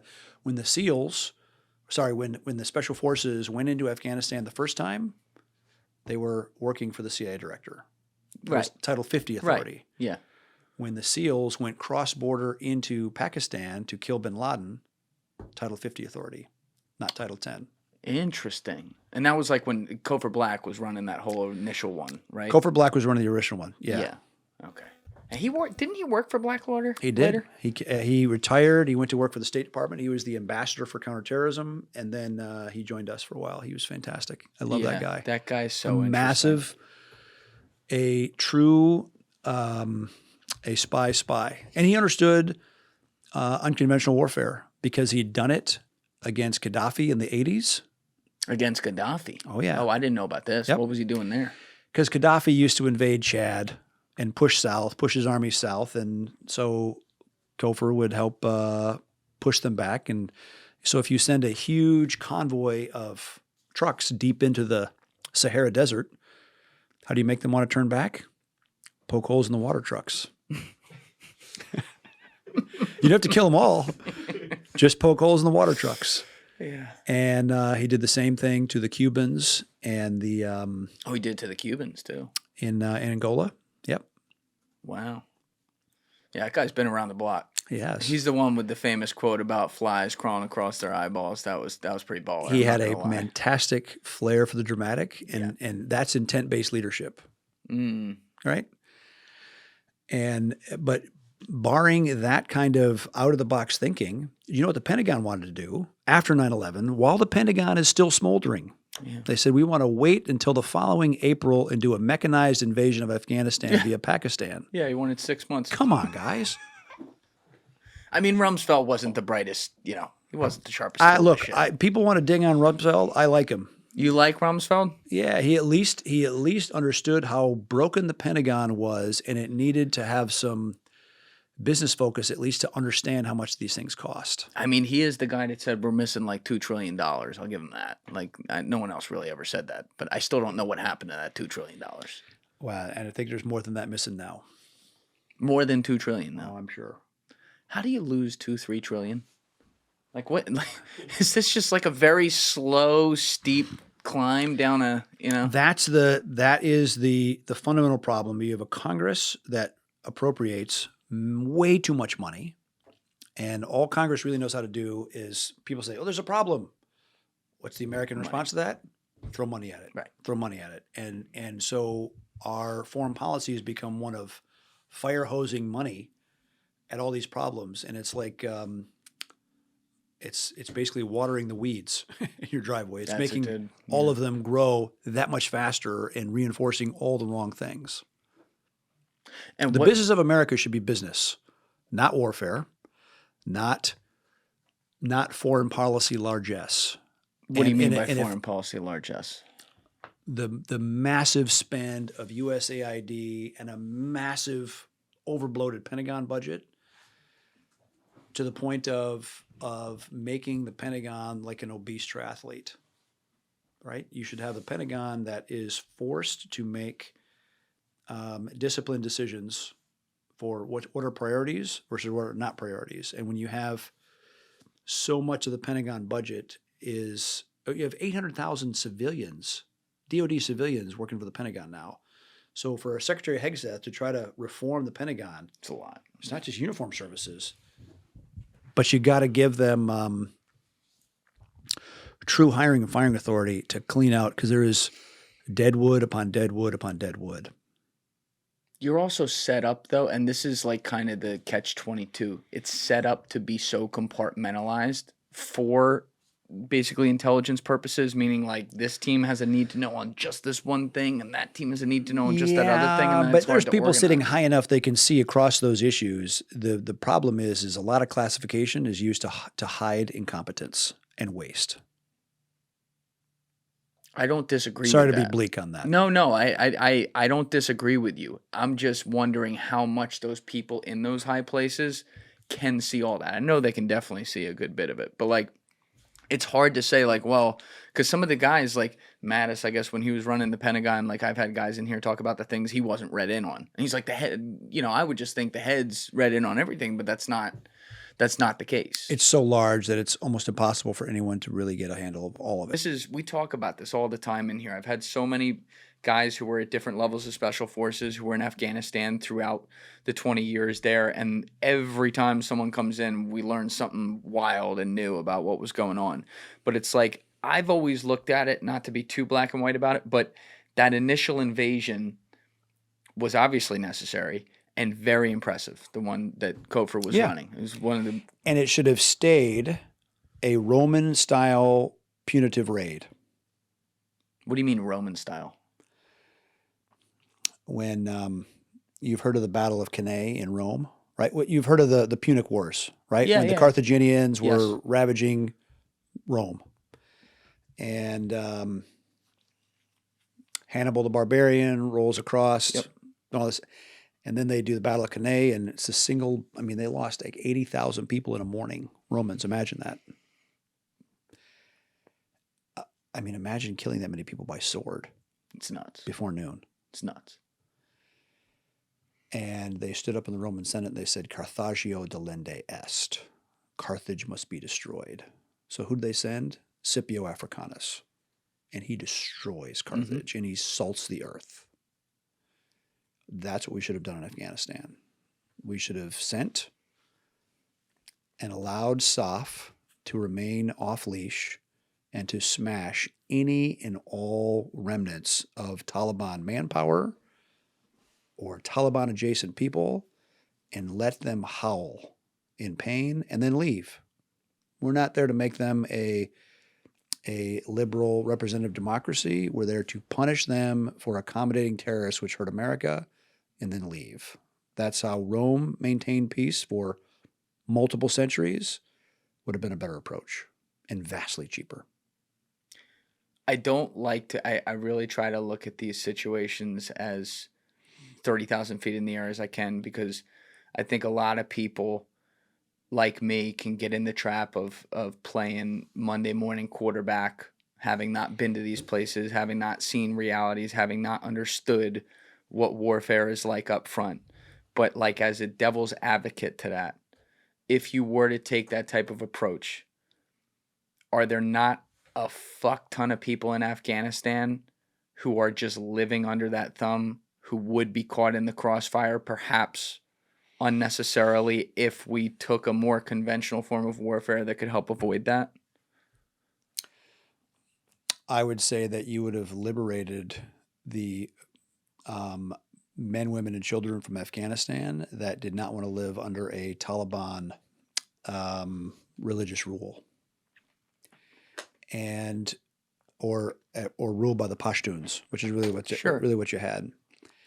And when I say a punitive raid, that means you're killing anybody that's resisting. Okay. Not killing anything and everything. No. Okay. Not a wholesale slaughter. If you want to fight, fight. Because that's what Scipio did. Scipio, I mean, like going through that history, like he did wholesale slaughter entire fucking parts of those cities. Well, but they took most of them as captives or slaves. I'm not right, saying we and do that I'm either. taking that as the same end result. Nope. Okay, so call it Scipio light. Okay. All right, that's a good distinction. So you think we could have been out of there in a year? Yeah, or 8 months. What did you think? I mean, going back to I heard a soft guy, or I read it, and he said, and he was part of that initial push and had been in there for months. But then at Kandahar, when they're starting to build a big base exchange with a McDonald's and a Burger King and all the rest, like, yep, time for us to leave. Because it really became a money thing for the Pentagon, and that's ultimately what it is about the Pentagon. SOF did extraordinarily well,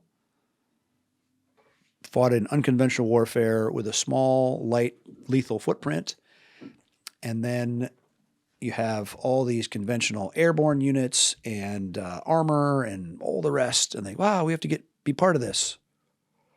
So they come with their very conventional approach to warfare and replicate the Soviet battle plan that had been done from 79 to 89 by the Soviets. It's interesting. Like down to the same bases. History just repeating itself. Yep. It's interesting to hear you give these perspectives, because everything you're pointing to, I can appreciate, because it's anti the worst parts of the military-industrial complex, right? You're trying to say, like, for example, let's end a war in 8 months, get the fuck out of there, instead of spending 20 years and open up McDonald's and stuff. And not that this is your fault at all. It's just, it's always wild when someone who is in the middle of it, like you're a part of those groups that people look at and label military-industrial complex, is the guy like sounding the alarm saying, let's not do this. I specifically remember that phone call I made to Gary Jackson, the president of Blackwater, back at our headquarters, saying, holy shit, this is already turning bureaucratic and bloated and ridiculous. What did you think when the rumble started coming in that we were going to do Iraq?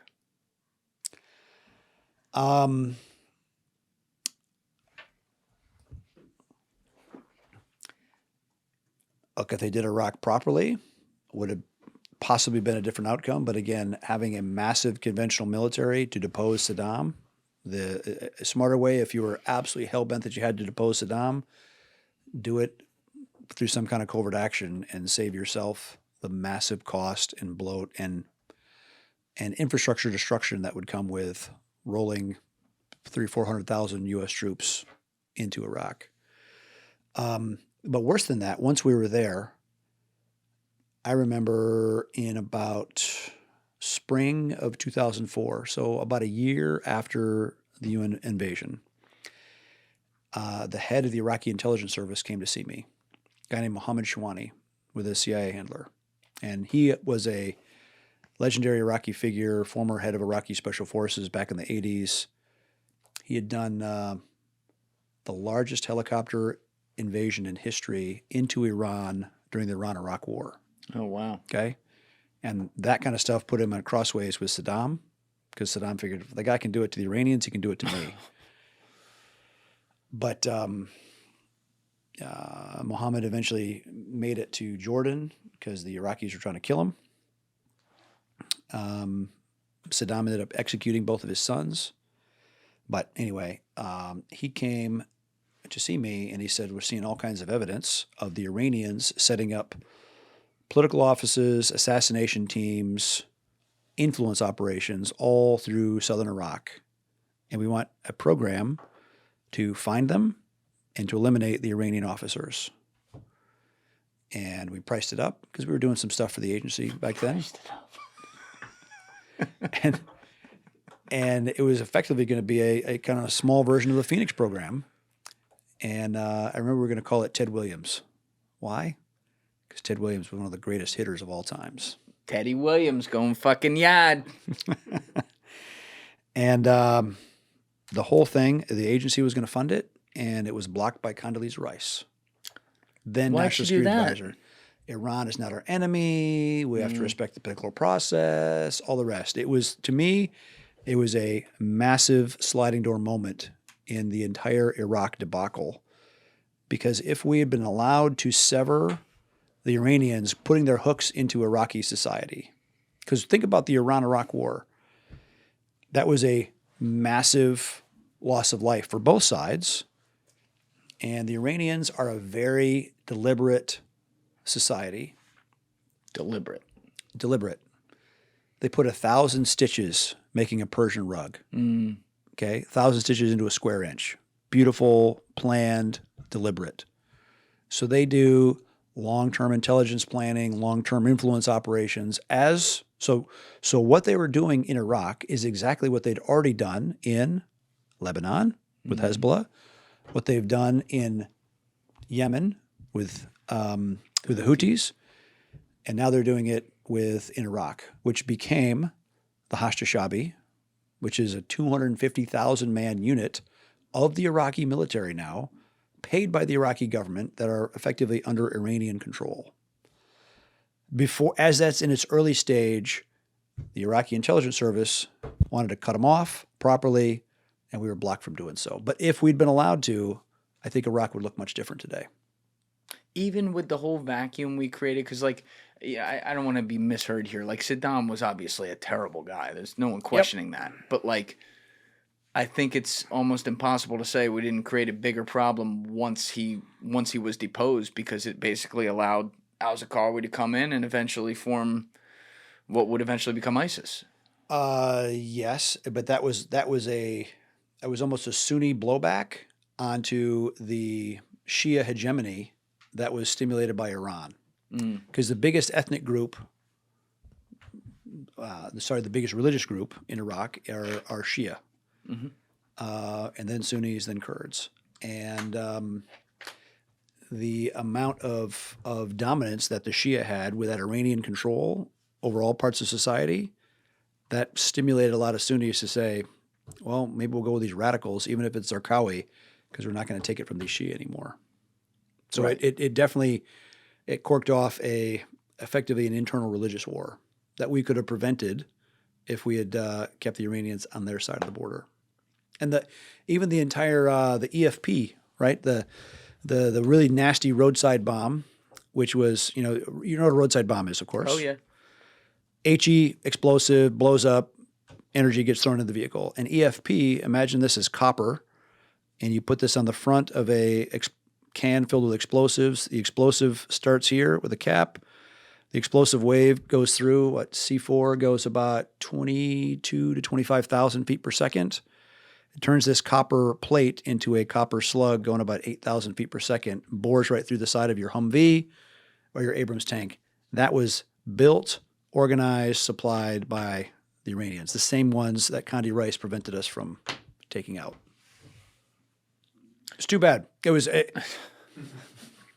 I feel you. I mean, it's interesting though that like the entire, administration that was really pushing this war though would almost get cold feet on something like that once they're there. That's fascinating to me. No place for half measures. If you're gonna go that, and that's the thing, we have a lot of unserious people in Washington making foreign policy decisions with no skin in the game. So if you're gonna you're going to make the call of sending people into harm's way, then let them finish the job and don't hamstring them with 10,000 lawyers and half measures that devalues the actual human sacrifice of your people and of the damage you're causing on the other side as well. Finish the war, not this managed conflict nonsense. When approximately was that conversation again where she said no? Early 2004. Okay, so this is still, that's interesting. So they were already hamstrung at that point with, legal hurdles on everything. You wouldn't think that. And again, on it. it would have been an intelligence program, not a conventional military thing. Oh, doing that. Right. Taking that action. Is this, you and I were talking before camera, because obviously this got leaked, so you can talk about it. But were you already a NOC at this point for CIA? So can you explain what that program was? Because the way I understood it is that it was a CIA assassination program. So what was leaked, and this is my beef about it. So the agency had come to me, the director himself, had said, we want a unilateral, no attribution back to the USG capability to go after targets globally. When was this? 2004. And all of that would have remained silent and sealed. It was never leaked by me. It was never leaked by the agency, but it was leaked by Leon Panetta when the Obama crowd took over. And he briefed the program and me by name to the House Intelligence Committee, who within a half an hour of him briefing it, because one of the members of Congress came out and told me, hey, he just briefed you by name for this program. And within a half an hour of that, the Washington Post and New York Times were calling me for comment. Now, he was head of the CIA, though, when he did that, or was this before that? Panetta was the head of the CIA when he did it. When he did this. Why do you think he did that? There's nothing positive I can say about him for doing that. I can imagine. But it's I mean, whether people love me or hate me, fine. I don't care. It's not great for any CIA director to brief people by name that are extending themselves, and it's not very good for the CIA to promote recruitment of people that will be sticking their neck out for America to get thrown under the bus by a director just because you don't like me politically. Had you had previous disagreements with him on other stuff? Nothing. Ever. In fact, he just did that. In fact, the only other interaction the company had with him was they were chicken shit scared. They wanted to close this drone base, which was essential. A drone base? That we were operating. Okay. In a dangerous part of the world. And my people had to go in and brief him in person to say, we got it, sir. We're not afraid of getting run over. Give us these heavier weapons. We got it. And okay, fine. It was literally the only interaction. And whether he was just a partisan hack or an asshole or weak or whatever, but briefing assets by name is not only wrong, it's illegal. Right. I was just going to ask that. So why, if he's briefing you by name And then at least to the Because press, the whole idea, it's like the if you're a Valerie Plame NOC, thing. if you're a NOC, you have a file. It's called a 201 file. I definitely had that. To brief it by name is really bad intelligence policy, and it's a violation of federal law. Yeah, it's like the Valerie Plame thing. Yeah, but worse. I mean, she was an analyst at some nuclear conference, and here I was running Killing people. a unilateral capability that the U.S. government needed. Right. So I know you can't comment on specifics of things that happen. You Yeah. can. Well, the last chapter of my book is written from open source stuff, so you can infer. Yeah, but it was a hell of an education. What? All right. So they come to you in 2004. They ask you to do this stuff. I'm so curious by the background with how this stuff works, because a NOC is someone who's supposed to be completely deniable. Meaning, like, if you are, I mean, here's the thing. The fact is, without any American that volunteers because of their unique access or placement to help their country with intelligence matters, or providing cover, or providing the means to ship something or whatever, that is run through the NR part of the CIA, National Resources. okay, And so they handle all the NOCs. And that should be and they have a huge amount. I mean, Americans globally have a lot of unique access and talents, and that's a huge part of the reliable capability. And so that's my beef with Panetta. You might not like me. I did everything the agency ever asked, and we did it well. And we protected all their people in the most difficult places ad nauseum. The guys that were in Benghazi, right? After the U.S. ambassador was killed by terrorists, and he was supposed to be being protected by State Department diplomatic security people, who incidentally fired how many rounds? How many rounds did the State Department security people fire protecting their guy? 0. The guys that were over at the agency annex, many of them had worked for BW, had worked for us before they were direct hired by the agency. So we'd done all of that. And then to get thrown under the bus by the director because he doesn't like me or he's afraid or whatever, that's just bullshit. I have issue with that. And so the denouement on that is I'm living overseas and I get contacted by the embassy that I'm now on the okay to hit list because of that. I'm sure because there was blowback from whatever, but that's got to be crazy. I mean, I would be. I can't even imagine how angry you were about that. And it's part of the I would say it's part of the lawfare of the left, where they make you toxic and unbankable, and they just throw a lot of shit at you to make you toxic. So you are choked off of access to business, banking, credit. They made you unbankable? Oh yeah. Like internationally or?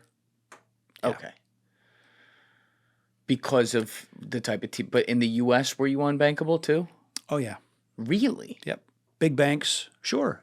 All the shit that got thrown at us after Nisour Square, and all that bureaucratic attack. Yeah, that's all part of a kind of a left wing playbook. So have you ever talked with Panetta about that? Have you, I did. You I confronted him at an OSS dinner. When was this? Probably 5 or 6 years ago. I said, that's pretty fucked up when you name an asset like that. Well, I was under a lot of pressure. Like, really? You're under pressure? I said, what does that do for recruiting? And he turned and walked away. He was a pussy. Oh, he didn't handle it. No. He didn't stand on business. That's tough. Good for you though for confronting him. I mean, I'm a pretty direct guy. Yeah, I kind of got that. What was you mentioned Nisour Square though. I have to give credit to Sean for this because he did the podcast with Sean, and that's why I did his podcast originally because he did those guys so fairly. Yeah. So to be perfectly honest with you, I had found Sean, I think maybe a month or two before I watched that podcast. And when I found him, I was going through his catalog at the time. And I saw he had those guys in. I'm like, oh, he had the Blackwater guys in. Didn't they like blow everyone away? So I didn't watch it. And then I watched it. And then went and reviewed the case and everything that happened. And I have to say, it completely changed my mind on it. It feels like when you look at the facts of the case, and I guess you could call it destroyed evidence too, between the drone footage and stuff like that, like those guys got hung out to dry. But for people out there who are unfamiliar with the case, can you just walk them through what happened in 2007 here? Sure. That was, we were providing security personnel for the State Department, where we would perform under a bid contract, 1,100-page long contract of all the things that will be trained to and how supplied and all the rest. And we would send them to the State Department and chop them to their operational control. So I wasn't controlling the mission, drive here, turn there. Well, there's a State Department, the regional security officer, the chief of security for the State Department would be. And in that case, it's September of 2007 was during the surge, right? So there was a big extra amount of U.S. forces in because they were trying to get a handle on a very aggressive insurgency. And the week before, it started with one of our helicopters being shot down by insurgents, and then 2 other attacks with explosives against our vehicles put some of our guys in the hospital. And then Nisour Square, September 16, 2007, was a car bomb outside of a building where we had a USAID official. And normally the guys would hardpoint, meaning wait at a building, but all the Iraqi guards ran away, so they decided to move, and so they called for a support team, one of these Raven 23, or as a tactical support team, meaning a bigger set of gun trucks to provide support in a firefight. And so they were to block and certain entrances to a traffic circle so that the fleeing guys could flow through there safely. Because if you know anything about deer hunting, you always want to hunt a trail intersection. If you want to kill Americans, hunt the traffic circles because you know they're going to pass through. And so this team is there, and of course they've gotten a briefing that morning to be on the lookout, a BOLO announcement for a white Kia, which is likely a car bomb. And all the other cars stop in the traffic circle like they're supposed to, except a white Kia, which keeps coming and coming, and they go through all the different signaling of flashing lights and lasers and smokes and all the other stuff. Keeps coming. They light it up. Sadly, well, it wasn't a car bomb. It was a guy driving his mother. And then a firefight breaks out, and from other insurgents or somebody firing at the vehicles. One of the vehicles actually takes a round which skips off the pavement, and it severs the coolant drain line. So all the coolant drains out of this $500,000 State Department armored truck. And of course, modern electronic engines, if no coolant, no motor. So they're delayed further as they're trying to rig a tow to drag this thing out of there. They do. And I get a call that night from our country manager. He goes, "Hey, boss, just let you know, there was a firefight today. It's actually much milder than the ones we've had just the previous few days. In case there's a media fury, and this one went absolutely high and right." How quickly did it go? I don't remember. Within hours. Within hours. And so, we'd had indications from the Iranians that they really hated us. They really hated. I mean, can you imagine? We did stuff for the intelligence community. They knew who Blackwater was. Mm-hmm. And Blackwater protected the most Al Jazeera or newsworthy targets, meaning, because if they catch an American, cut the head, that's their propaganda thing. And so the Iranians knew who we were. Between a left-wing media, which in the Vietnam War, they went after troops. This time they went after contractors. And Blackwater represented everything they loved to hate, even though we were tiny compared to the Lockheeds and the Boeings and all the rest, because we I was a sole owner. Company was successful. I was married to a woman. I had kids. I was Roman Catholic. Right? I mean, I represented everything the left loved to hate. And the business made money. And sometimes our guys were armed, and sometimes they had to use those arms. And, in Iraq, I think we did more than 100,000 missions, and no one under our care was ever killed or injured. And in less than 0.5% of the time was there ever a firearm used, and, all that stuff was logged. But this one went really high and right, and, State Department threw us under the bus for doing exactly what their mission was. And yeah, it was a mess. And yes, it was not a good shoot, but having followed the rules of engagement, when you have it, just probably 2 months before, we had a armored Suburban that weighs probably 10,000 pounds, that was thrown almost 150 meters into a building from a car bomb. Right. So when you see your buddies die from that, and you see a white Kia that doesn't stop in traffic that's coming onto you, yeah, they engaged. And tragically, it was not the right shoot. But, as recently as 2000, I think 14 or 15 in D.C., there was a woman that drove her car into security barriers outside one of the federal buildings. And federal law enforcement officers opened up on her, and she drove away, rammed into some other buildings up by the Supreme Court. Whoa. And they eventually gunned her down and killed her. And you know what? You know what she had in the back of her car? No weapons, no bombs, a baby in a car seat. Why was she doing that? Did they ever figure that out? No idea. But you know what? I was there any hue and cry for the federal law enforcement? Right. Killed an innocent woman. Right. I can only imagine the noise that would have been if it was a contractor that took that shot. Instead of a federal law enforcement. I don't disagree with you. So I think, looking back on it, it was dozens and dozens of. It was not just like a mag. It was lots of dudes sending it.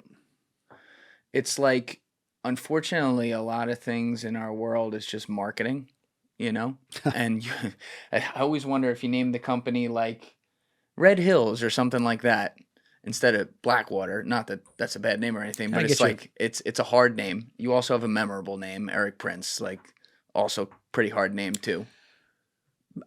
He's like no. But this comes back to, we had asked the State Department for cameras. We wanted to put basically dash cam cameras like on a police car in our vehicles to prevent exactly this kind of he said, she said disagreements. In our vehicles that we were using for security work for NGOs, we had those. And probably 2 weeks before the Nisour Square incident happened, they got called in about a so-called questionable shoot, and the military reviewed all the tapes. And they're like, absolutely, clearly was a good shoot for what you did. So again, State Department forbade us from having those cameras because they said, well, what if it records something? I was like, that's exactly why we want everything on film, so that it takes away that that decision-making or that opinion made in the comfort of a air-conditioned boardroom. Did that ever come out in court that they had denied that? Of course. What I've also realized, that was the first time when I got dragged before Congress, I'd been a NOC. I'd managed to stay out of the media. And so as I walk into the halls of Congress for that hearing in October of 2007, the cameras were cranking away, and I thought, shit, my days as a covert operator are truly over now. In fact, two of the guys that were part of the team only knew me as my crypt, right? As my team name, not in my true name. Oh, you were that? And they go, hey, that looks just like, and then they realized it was me. So it was funny. That was that day ended more than a few good things.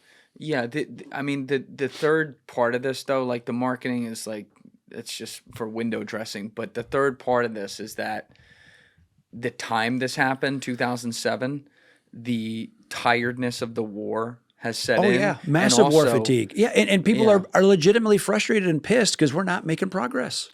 And also the same left-wing media that, you know, is doing these types of things now were the same people who were carrying the water for any information, technically like unvetted sometimes, that was getting us into the war and getting the entire society onto the war. So it's almost like they had like, oh shit, our bad. So they're trying to flip it hard the other way. Yep. And so they see a target like you. All to sell advertising. Yes. Yeah. Yeah, it's effectively it. Corporate media. It's a crazy time.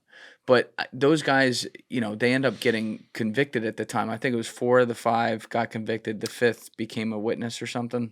Yes, but they I think they tried them 4 different times. Yeah, it was like 2014 or 2015 when they were finally convicted, maybe something like that. Yes. Yeah, and you know, in talking to the guys, I'm so proud of them for how they handled the situation and how they handled themselves in prison, because as they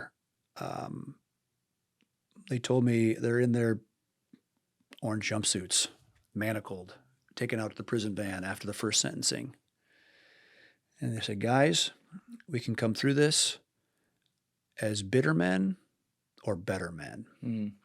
And I choose to be better. And none of them joined a gang. One of them, they all were teaching and mentoring in prison. One of them taught himself biblical Greek. And one of them told me that when the guards would come in and close their cells at night, doing head count, they'd say, man, it is hard for me to close this door because you don't belong in here. You're a political prisoner. That's crazy. And they found quite a kinship with a lot of the guards because they're all veterans, and they realized the politics behind it. So, and then I remember talking to the guys after, because they weren't exactly sure the pardon was going to come through. And one of them had been in isolation because of COVID, because his cellmate had gotten COVID for like 3 weeks. And he, I'm sure this is Evan Liberty, so he wouldn't mind me telling the story. And so he's in prison in Pennsylvania, and all of a sudden, this senior guard barges into a cell. He goes, holy shit, pack your stuff. Complete and total fucking pardon. You're out of here. Shows him the document. He goes, I don't want any of my stuff. Like, okay, let's go. and he said, but then it takes almost an hour to get processed out of a prison after a pardon. And during that time, word had spread. The whole prison knew. And as he's walking out, they're cheering. Oh, they were all banging cheering for him. cups. They're just celebrating for him. Wow. It was beautiful. And he gets out, and all he has is a T-shirt and sweatpants and like flip-flop prison shoes. And it's December 22 in Pennsylvania. And of course, they give him $40 on some kind of a debit card from the Bureau of Prisons, which didn't work, and $10 cash. And he caught a ride to town with one of the guards and managed to check into a hotel with, called his lawyer, put it on his credit card. So he goes from in prison, facing many, many more years at 5:30 p.m. Mm-hmm. And by 7:30 p.m., he's in a cheap hotel out in town, out calling his lawyer. It's got to be an amazing feeling, though. I mean, Truly. that's a long. These I guys. talked to him that night. It was, man. How did you feel when they got sentenced, though, and you knew the deal, and you knew like this was just a bad shoot? They didn't. The intention obviously wasn't there. They weren't murderers. They weren't what they were made out to be, and they worked for your company. And these guys are getting damn near like life in prison. What does that feel like? But beyond that, they were given an extra. This is how bad the prosecutors were. They gave them an extra 30 years prison based on some old drug war law because they used a machine gun in the commission of their crime. Right, so kind of based on the 80s. In a war zone. Using machine gun, ignoring the fact that the machine gun had been issued to them by the State Department and was a required piece of their gear. That's how shitty these prosecutors were. But where's the judge on that? Like, that's so obvious. Just as bad. So there's a reason the DOJ, the Department of Injustice, prosecuted them in Washington, D.C., not in Idaho or Montana or Colorado, in normal states where these guys came from. Not a jury of your peers in Washington, D.C. Yeah, you're pretty much guilty on those juries, it seems like, with anything. Yeah. Pretty much everyone I've talked to is like that. But you were advocating for their pardon, I imagine, directly to the president. Like, because it did obviously, like, he did it towards the end of his first term. He didn't do it during the term. Nope. Like, what were those conversations like? Was he saying, are they really actually innocent? Was he going back and forth on that? I didn't have that level of direct conversation with the president. I didn't have that kind of relationship with him, but certainly talking to the people around him. A lot of people that reviewed the case realized how political it was. Yeah. And would you say that was effectively like obviously Blackwater became other things. It was a catalyst that destroyed the company. Right. Yep. You do everything right for so long. You build something. It's your baby. One shit, right? Wipes out a whole lot of attaboys. Yeah. Did that change your worldview significantly as it pertains to the United States and how we operate? I still believe in the Republic, very much so, and the Constitution and those things. I realize that I'm not the first patriot to have been screwed by the U.S. government, and certainly won't be the last. Yeah, I don't like to and whatever nonsense. Look, the guys lost years of their lives. Right. Thank God they're out now. Thank God for President Trump pardoning them. That was undoing a massive injustice. Whatever bullshit I had to put up with and building a business, having it smashed, pales in comparison to vets that have lost their mental health, their marriages, their physical health, limbs, eyes,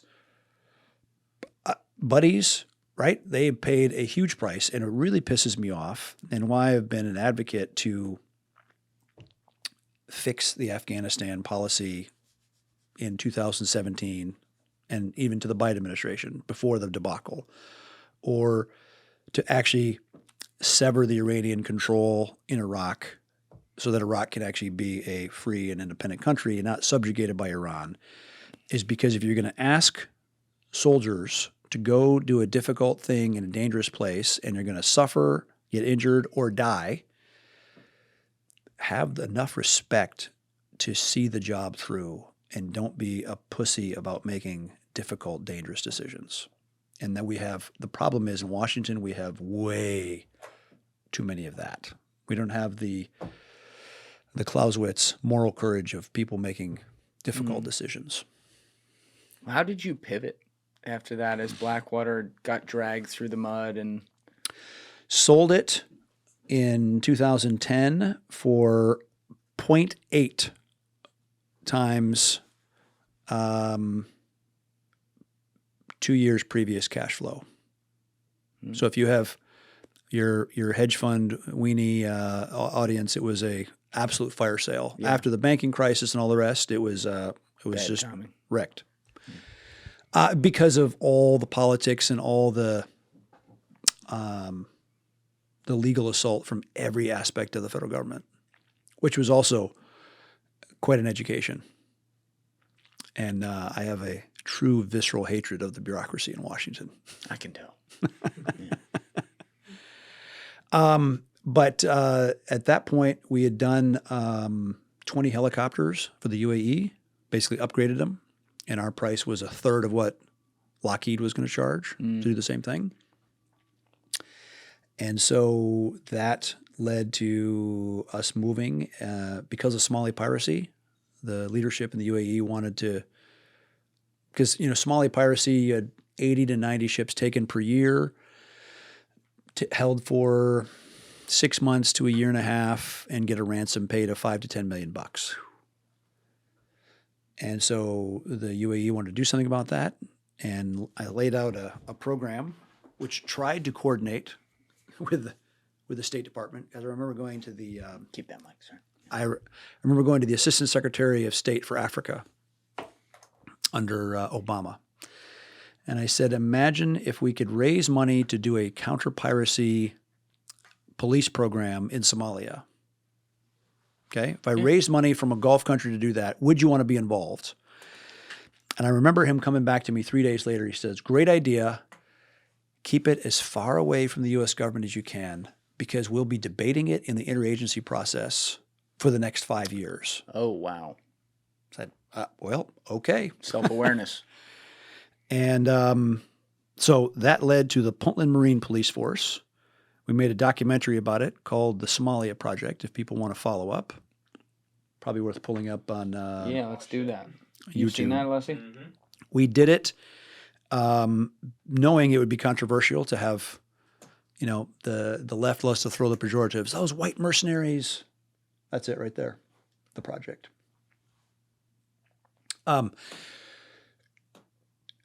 Did that, filmed it, and because, again, the UN and the idiots in the Washington bureaucracy came and tried to smash this as well for building the audacity of building a police force of Somalis led by some expats to go after the pirate logistics. And sure enough, the unit went active in 2011, 2012. Piracy fell to about 0, and you don't hear much about Somali piracy anymore. Shocking how that works. Yeah. Why does the And it UN... cost the U.S. taxpayer zero money. In fact, the Captain Phillips, the rescue, when Dev Group did that program, them rescuing him cost more than what our counter-piracy program did. Oh, yeah, I would believe that in a second. I've heard how big that operation was. Had a couple guys from different agencies. So really, since I sold BW, I have not been a U.S. government contractor at all. I've not taken a dollar in any kind of U.S. government contract. But I really figured out how to do that kind of stability operation, policing, security work, aviation in difficult places, all without U.S. stuff. So it's been quite an education. And you've spent a lot of time in the UAE and living there as well, right, in Abu Dhabi? I lived there full time for 3 years with my kids, yeah. What are they like? With 4 of my kids. I feel like they get ignored a lot. Like when we talk about the Middle East, it's like they're there, but everyone wants to talk about Saudi Arabia. They want to talk about Israel, some of these other countries, obviously Iran for another reason there. But what attracts you to the UAE? They are for a Middle East country, A, they wanted help, provided help. B, they've actually respected religious freedom quite well, right? There's churches there. There's not even synagogues in the UAE, and the synagogues came even before the Abraham Accords. But when I lived there with my kids, there was a couple blocks of areas where there was almost every flavor of Christian church you could imagine. So, Welcoming place in a way. it was, yeah. And kids went to the American school there, and they learned a lot, and they learned a lot how the rest of the world works. So again, I guess a variation of the travel my dad tried to provide me when I was a kid. I tried to do the same thing. Took them to South Africa and Rwanda, and You took them to Rwanda. Yep, took them to the Genocide Museum. It was very instructive for them. You seem to be. We did a bike trip across China. You did a bike trip across China? Yeah, that was really. They don't even do that anymore. I didn't think so. It's not on my list. But that was a great education, and you understand why the CCP tries to have such an export-focused economy, because they got to pull hundreds and hundreds of millions of people out of rural China. Because we saw for miles and miles and miles people harvesting rice, planting and harvesting rice the same way they would have done 200 years previously. What year approximately is this? 2012. 2012.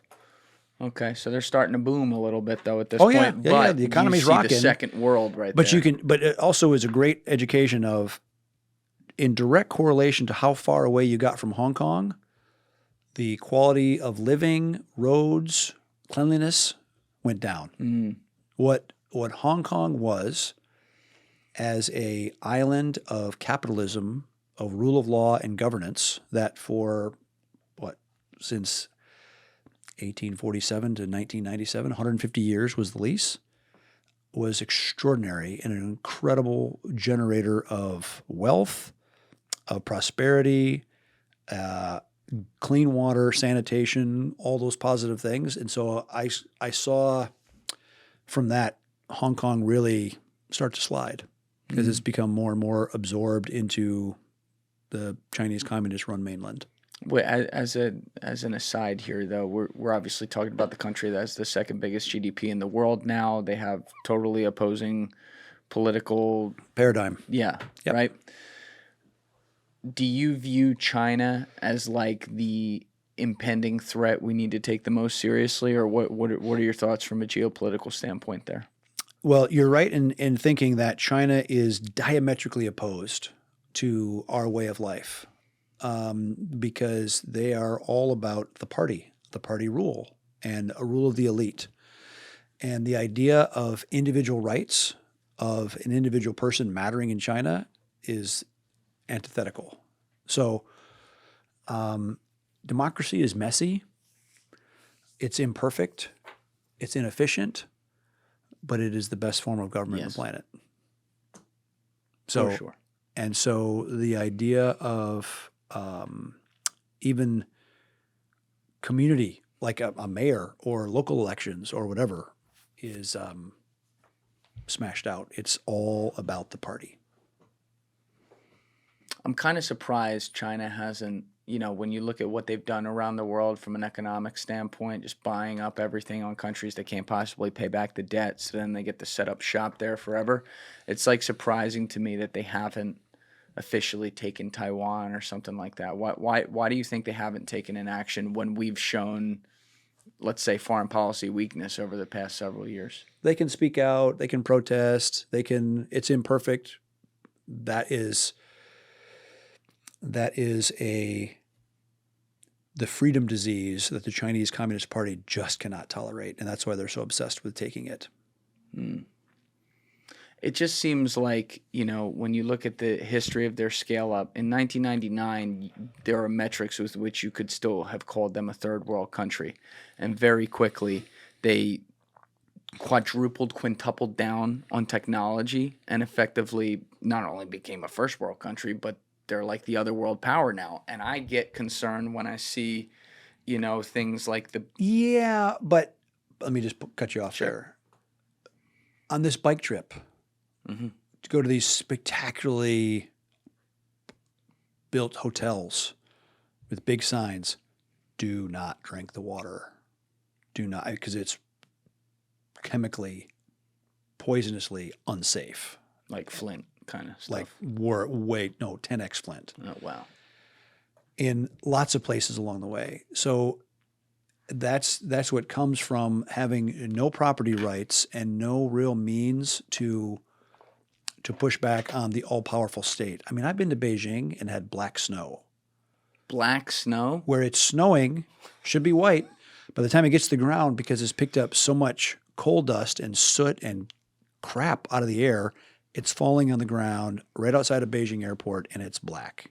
So that is, even the irritant of the U.S. Embassy posting the actual air quality numbers for the rest of the Beijing population to see, the fact that the only place you can get a reliable air quality reading is from the U.S. Embassy says it all for what the problem with a one-party rule, unaccountable to the people, means. Yeah, and it's also crazy that they can use that against us too. I always cite this example on the podcast because, like you, I'm not a fan of communism, obviously. Nope. But in their country, because they don't have freedom, for example, their TikTok for their kids turns off at 9:00, and when it's on, they watch science videos and math videos. It's pushing STEM, right? Not titties, transgender stupidity, social degradation nonsense. Yeah, exactly. Sure, anything, and mind melting type stuff. Exactly. And so I always look at this. It's like you can use our system of freedom and openness. If you're another country that's not accountable to anything, because you don't have that, you can use it against itself to turn it in on itself. Sure, it's exactly what they're doing with fentanyl, right? The fentanyl epidemic in America, which The headline number is like 109,000 dead last year. It's more like 250 or 300,000 people That dead. even seems low. Yeah. Exactly. That is organized, facilitated, funded by the Chinese Communist Party. Those precursor chemicals are coming out of Wuhan area. And My favorite place. Yeah, exactly. Shipped to Venezuela to start, but then now to Mexico. There are Chinese nationals in Mexico teaching the cartels how to fabricate fentanyl. A normal illicit business is not going to develop a product that kills its customers. It's bad for business. So it speaks to why, fentanyl is done to rot American society from the inside. It's a reverse opium war to me. It is. Yeah. And it wasn't even the U.S. that did it, but it's an FU to the West writ large. You ever hear the book Fentanyl Inc.? No. So this guy, Ben Westhoff, wrote this, this had to be maybe 6-7 years ago. And he went on Joe Rogan also 6-7 years ago after he wrote it and told the story. He was like a music reporter. He was working on a story in music. And while he's working on it for this magazine, some guy makes a comment about fentanyl, like an offhanded comment. He asks him about it more and he gets curious, starts pulling on the thread. Quickly, he's like, holy shit, there's something here. Decides to write a book, and pretty badass, he decides to fly to China alone, just an author, not a special forces guy or anything, and go undercover and see how easy it would be to get fentanyl. And it was basically, to put the story shorter, it was basically like going to Walmart and walking out with a cart in China itself. Yep. Now fast forward to those guys bringing their people over, shipping that to Mexico where the cartels run the country, Yep. Who want to get that into America and can get it through the border no problem. It seems way too easy. The Trump administration has its work to do. Yes. How would you stop that? If I were Donald Trump and I said, Eric, you're in charge, go for it. Some things are better left unsaid. Oh. Well, what do you think of him declaring the cartels terrorist organizations from a strategic standpoint? Well, it certainly unlocks a lot of additional authorities because there's some pretty capable ways of delivering energy onto the enemies when you do that. Would you care to elaborate? Whether that's drones, whether that's JSOC capability, the find, fix, finish muscle that was honed over 20 years of GWAT is a very capable apparatus. Does it create any? Obviously the Mexican government is corrupt, for one, and second, the big danger is, to me, with there's so much money made, is that Mexico can teeter towards state capture by the narcos. And that's a problem. So you either should legalize drugs and take all the criminal profit out of it, or you have to find a way to mow the weeds and to degrade the strength of these cartels as on an ongoing basis so that they don't threaten the Mexican state. That's what had to be done in Colombia. And even so, the cartels are constantly trying to flex back up. Yeah. The FARC was taken down a few notches by finding their camps in the jungle and bombing the shit out of them. Mm. Do you think when we did the thing in Colombia, though, I don't remember what the specifics were there. Did we do that same thing where we made a designation that they were terrorist organizations officially under the state? I don't think so. Okay. No. But in that case, I think I was not involved with any of that. But there was some good signals intelligence that was provided.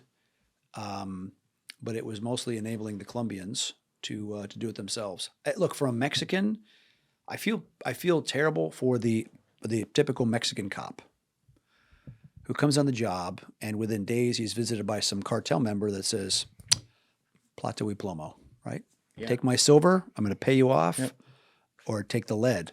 And it's not just me, not just you that we're going to kill. We're going to kill your family, Yep. and they're all going to suffer.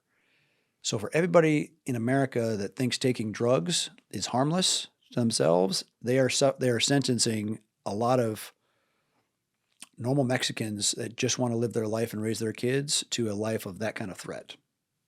So we either have to take that threat away mechanically, or you have to just bite the bullet and decriminalize everything. Because remember, Coca-Cola started out being laced with cocaine. Yeah. That, you know, I would love to live in a world where that could be possible. I feel like that's not ripping off a Band-Aid. Like, I go back and forth on this a lot, but like if you legalized everything, there would still be ways that the black market, I feel like, would take control of it. Could be. Right? Yeah. Well, and that's why I think the cartels have shifted towards fentanyl and stronger stuff, because so much of pot has been largely decriminalized in America that it's taken away a profit center for them. Right. And why they make as much money in smuggling people as they did in smuggling drugs. Yeah, that's the humanitarian part that I feel like when people are talking about, you know, the whole border issue, it gets ignored. I mean, the human trafficking that happens there, and that we don't know where these people go, or the horrible fate that they're most likely. And the Yep. abuse. Yeah. wild. I think our immigration policy should be a tall fence but a wide gate, meaning let's debureaucratize how you get entrance. Are you coming here to add value? Make it easier to do seasonal visas or actual work permits. You know, that's something about the UAE. They take immigration extremely seriously. They count if you're there, if you overstay, you're paying fines immediately. If you're disappeared and overstaying, they're fining you and they're deporting you. Yeah. They take it seriously. We don't take it seriously at all. Trump administration has started to. Borders are supposed to delineate a government paradigm. Supposed to delineate a government, Meaning, in English. if the United States, we are a constitution. We believe in elements of limited government and taxes and all the rest. And Mexico doesn't have the same paradigm to do that. We have a border which delineates our way of thinking from their way of thinking. I understand. Not this borderless soup. Yeah. And it's interesting because like a lot of other countries around the world do have strong borders and enforce them. And like then Some do, some don't. And the ones that don't are largely being destroyed. Can we go back to the NOC thing real quick? There was some more there I had to ask you about, because you said some of it is like been revealed. So again, if there's stuff you can't talk about, no problem. But you know, you have incredible access as the head of Blackwater. It's obvious why they might come to you and the expertise you have being a Navy SEAL. Like you're perfect on a resume. But the government comes to you and says what you said they said to you, and they're like, you know, there's people we need to take out and have it untraceable back to us. Is there like any hesitation with you thinking to yourself, damn, like I'm really on my own doing this? Aren't there other people that could do this? Couldn't the government actually take care of this themselves? Or were you just like, let's fucking go? Mostly the latter. Yeah. Meaning, I always say, why me? Why are there not 20 other people that are called? But I had because of the other work we've been doing for other parts of the USG, I had not a perfect by any means view of who was doing what and where. So you could certainly see some of the gaps in thinking or in capability, and trying to have military guys retasked to do some of this stuff is really hard, because, you know, the JSOC kind of guys, it's hard to hide, right? Hard for them to walk down the street and look like anybody else in certain areas. And so employing chameleons that can do it with a very small footprint, and, you know, that's all part of the game. Do they give you like a hit list, or are you getting autonomy? You know, I got it's so many very, questions. very clearly defined instructions. Okay. And these would be high-placed people most of the time. No. Here's the thing that, to build, and this speaks to the entire U.S. approach to counterterrorism. We have been obsessed. The drone wars, all the rest has been obsessed with all leadership strikes, thinking that if we just cut the head of the snake off, the rest of the body dies. And that's just not how wars are won. Right. When you look at the history of warfare, the Punic Wars, the Peloponnesian Wars, the American Civil War, World War I and World War II, what's the common theme? The winning side killed off about 30% of the other guy's manpower. You have to go after the manpower, finance, logistics to finish a war. And that's something we've never fully realized as a country. Or we did, but we've forgotten that because we have a lot of unserious people in positions of responsibility making that call. And they want a headline. They want to be seen to be doing something without having to do the difficult, dangerous work or taking the hits. I mean, just think about the modern media spotlight on how the U.S. did business in World War II, right? Mm-hmm. Think about the invasion of Sicily. Well, or the first outing where the U.S. forces engaged the Germans in North Africa, Kasserine Pass, slaughter, right? Americans slaughtered, total debacle, bad leadership, bad equipment, bad training, bad. They change him out. They put in Patton, who'd run the armor school, and he whips them into shape, and drives the Germans out of North Africa. In a lot of cases, leading from the front. Mm-hmm. When the next go, airborne and sea and amphibious invasion of Sicily, massive fuck up. A whole bunch of C-47s get shot down by friendly fire. Killed like 1,000 soldiers. Oh, I never heard about this. Oh, yeah. Wow. I mean, you always imagine hear how perfect this one was. Terrible. Patton goes ashore as early as possible after the invasion. He's driving up to see the front.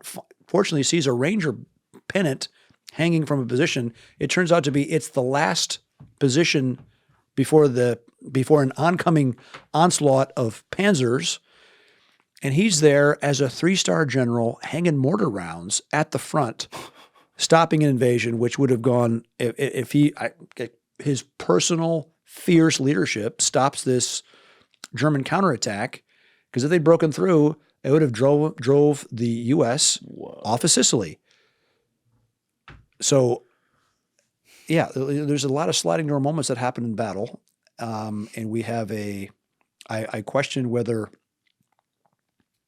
with as much media attention as there is in this level of warfare, I guess, but the difference is that war was one of tribal survival. The wars of Iraq and Afghanistan were wars of convenience from the Beltway. They were not, the survival of the United States did not hang in the balance. Right. That's an important distinction. Because it totally changes, and it changes the math. Not just that, it changes the attitude of the people at home too. Mm-hmm. Right? Like in World War II, it's like everyone had a brother or father or son over, you know what I mean? Oh, yeah. And then it's not that way in Iraq. It's not to say we didn't, of course that still happened, but not at the societal scale. Well, but think about today, you have an all-volunteer force, and you have about 1.4 million people under arms. Population in America of 330 million. So you have less than 1/2 of 1% in the military, and maybe another 4 to 5% that knows the 0.5%. The other 95% of America has no effing clue. That's right. And so they make those decisions on what is right or wrong or important or whatever based on some jackass from corporate media saying this is important, this is not important. And so when you have decision-making and opinions completely detached from reality, you get Iraq and Afghanistan. Yeah. 20 years of continuous loop failure. What did you think 4 years after you write that op-ed, and you'd made a bet with a friend too when it was going to happen, so you seemed to nail it, but what did you think when you saw basically like a second imagery of Saigon in 2021 with Afghanistan? And, you know, when I when I was making the point for a stay behind small capability, I specifically mentioned I want to prevent the helicopter off the rooftop moment of Saigon because it's one of the first Fuck that up. TV remembrances Yep. that I remember as a 6-year-old. I was born in 69. I was 75, April. Yeah. Bad. That's a serious. And you know what? Our enemies saw that. Oh, yeah. Did they ever come to you and ask you to help find bin Laden? No. No. No. That was, I'm sure there was billions of dollars spent on that, just separately hunting a whole complete and total cell for that. Yeah. Nothing to do with that. All right. The other thing I wanted to talk with you about from a geopolitical standpoint is obviously what's going on in the Middle East with Israel and Gaza. This is one of those things that the minute you start talking about it, you get two like hardcore opposite sides who are just screaming, it's all them or it's all them. I do see some nuance here. I don't like terrorist organizations. I don't like terrorist attacks. Makes sense. You got to go defend your country when something like that happens.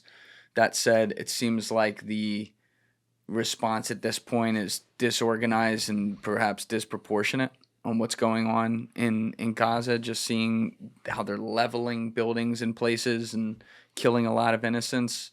You know, what are your thoughts there? And do you have, you know, through your work, do you have insight to what's going in on the ground that's not being talked about?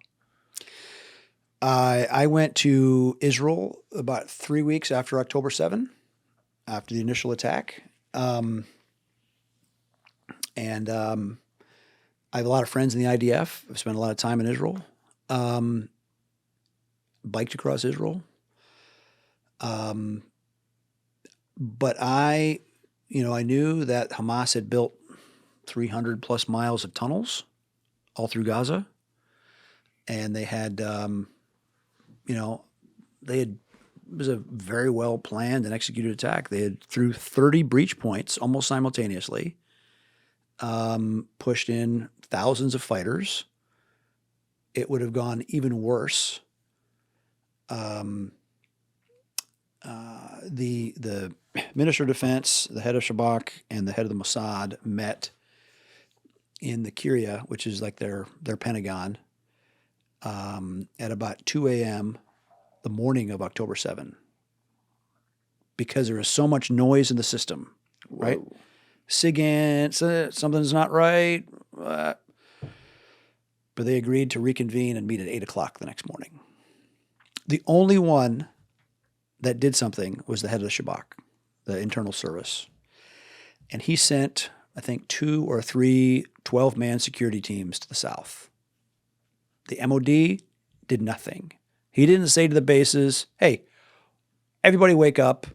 Everybody take your weapon to your bed with you, lock and load, or stand an extra guard post, or put that belt fed out. Nothing. Did nothing. But these 12-man teams, one of them, there's on the north end of Gaza, there's a road that comes out on the way to Ashkelon, which is a city of like 300,000 people. And Hamas attacked, and this 12-man team fought to the last man. Okay, 11 of the 12 guys died, killed off a couple hundred Hamas guys. If 4, 10, 50 of those Hamas guys made it to Ashkelon, a city of 300,000, there would have been 3 or 4 times as many people killed. Mm. So look, Hamas killed, 1,300 that day? Because they didn't know how to kill 13,000 or 130,000. They would have killed as many as they could have. Sure. No excuse for Hamas at all. Agreed. Fundamentally disagree. But I knew that they built 300 miles of tunnels, and I knew what kind of fight they wanted to have.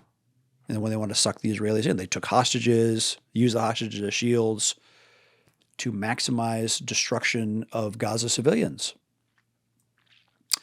So I went to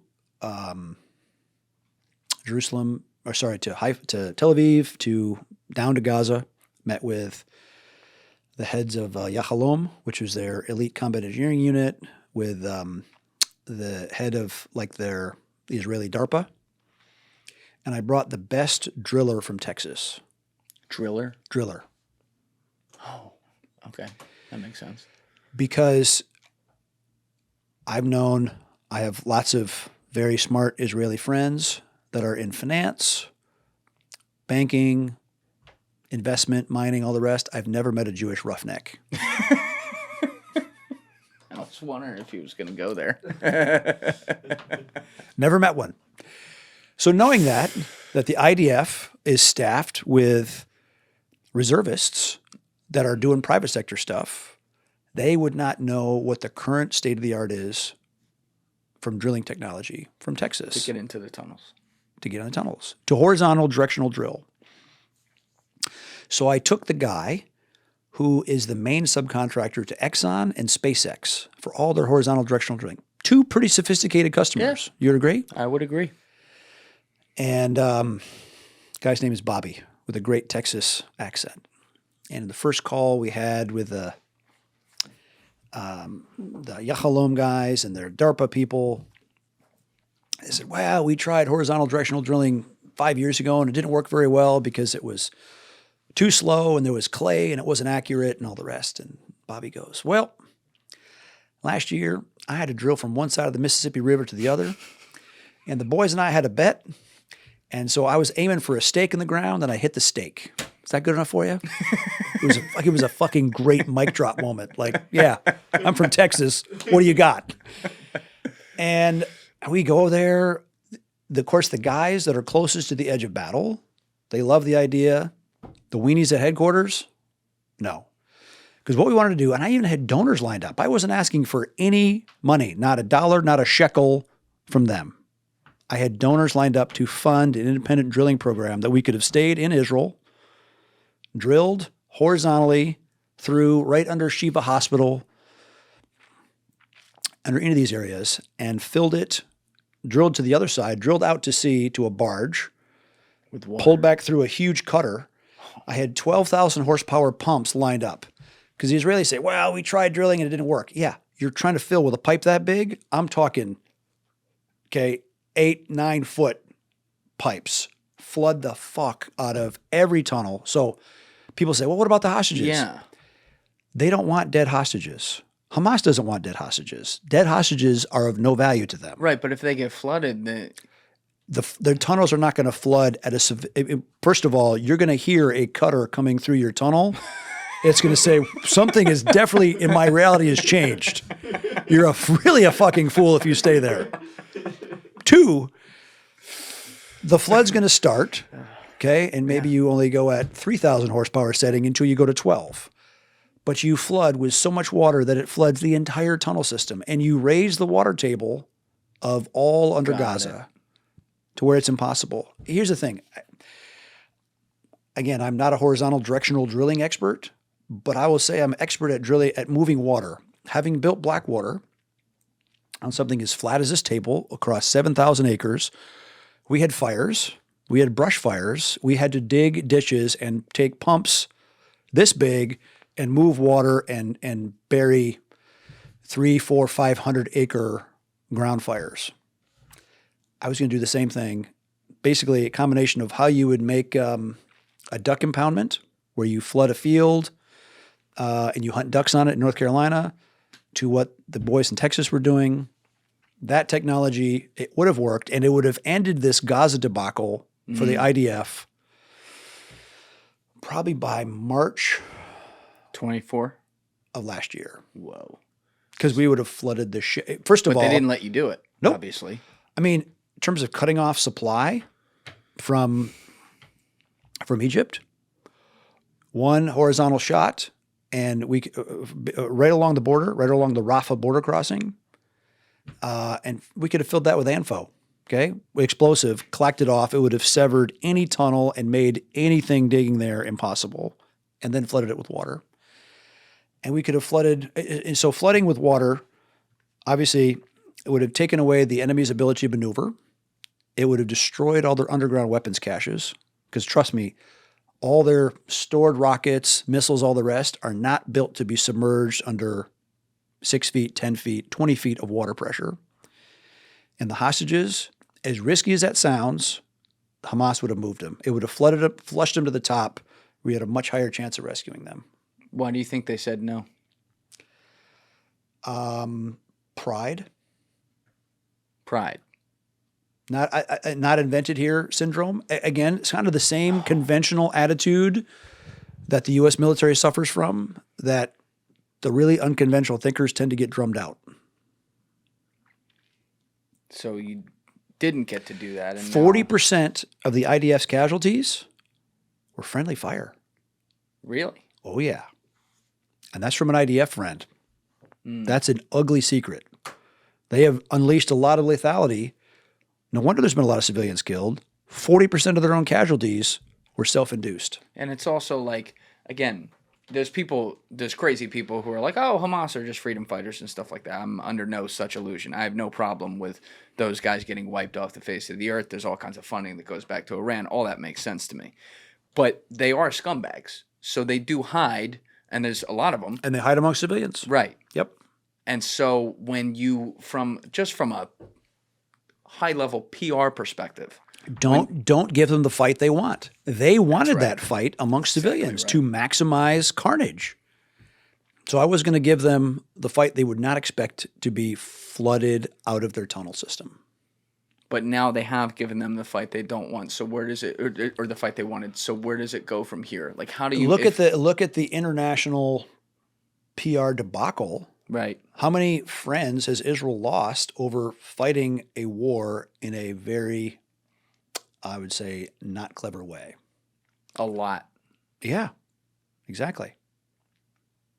And for all the techno capability of the IDF, when they started tangling with Lebanon in the north, and again, maximum kudos to the intelligence service for figuring out the pager operation. Amazing, right? The pagers on.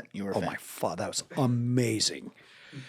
Think of the guy or girl that came to the Sunday morning staff meeting at Mossad headquarters to say, pagers. I think our future is in pagers, and I'm going to start a front company to infiltrate the entire supply chain of our main enemy to the north.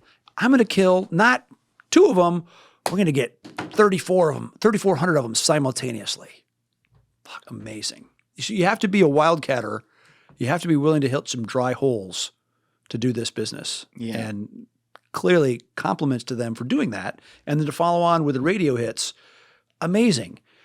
Conventional military fighting in Gaza in the most, and again, maybe it's that 20 to 30% of Israeli society does want to just extinct Gaza and wreck all the civilians there, and they're just done living next to Palestinians. Maybe that's it. I don't know. But again, I don't think it's our problem in America. We keep getting dragged into Israel's issues with its neighbors. We're kind of done. Yeah. What do you think? Like, a lot of people go at Israel about the whole AIPAC thing. I look a little more internal on that. Like, we let that happen, right? It's a lobbying organization. And it should be treated like any other lobbying organization. FARA. Not with any other special consideration. Right. So that's something we should fix here. Okay. Well, I know we're short on time because you got to get out of town. This has been awesome. I could talk to you for a lot longer. Holy shit. It was 3 hours. So it's almost 3 hours. Yeah. So if you're coming back into town, let me know. Would love to talk. There's a lot of questions I did not get to ask today, but you are certainly a fascinating guy, Eric Prince. I've enjoyed this a lot, and you know a lot about a lot of different shit. So thank you for sharing it all with us. Thanks for having me. All right. Everyone else, you can buy Eric's book. We're going to have a link down in the description, Civilian Warriors. So check that out. And until next time. And next time I'll talk about the unplugged phone. Right. Yeah. Yeah. There's a little controversy around that. We should talk about that next time. It's fine. All right. Cool. Everybody else, you know what it is. Give it a thought. Get back to me. Peace. Thank you guys for watching the episode. If you haven't already, please hit that subscribe button and smash that like button on the video. They're both a huge help. And if you would like to follow me on Instagram and X, those links are in my description below.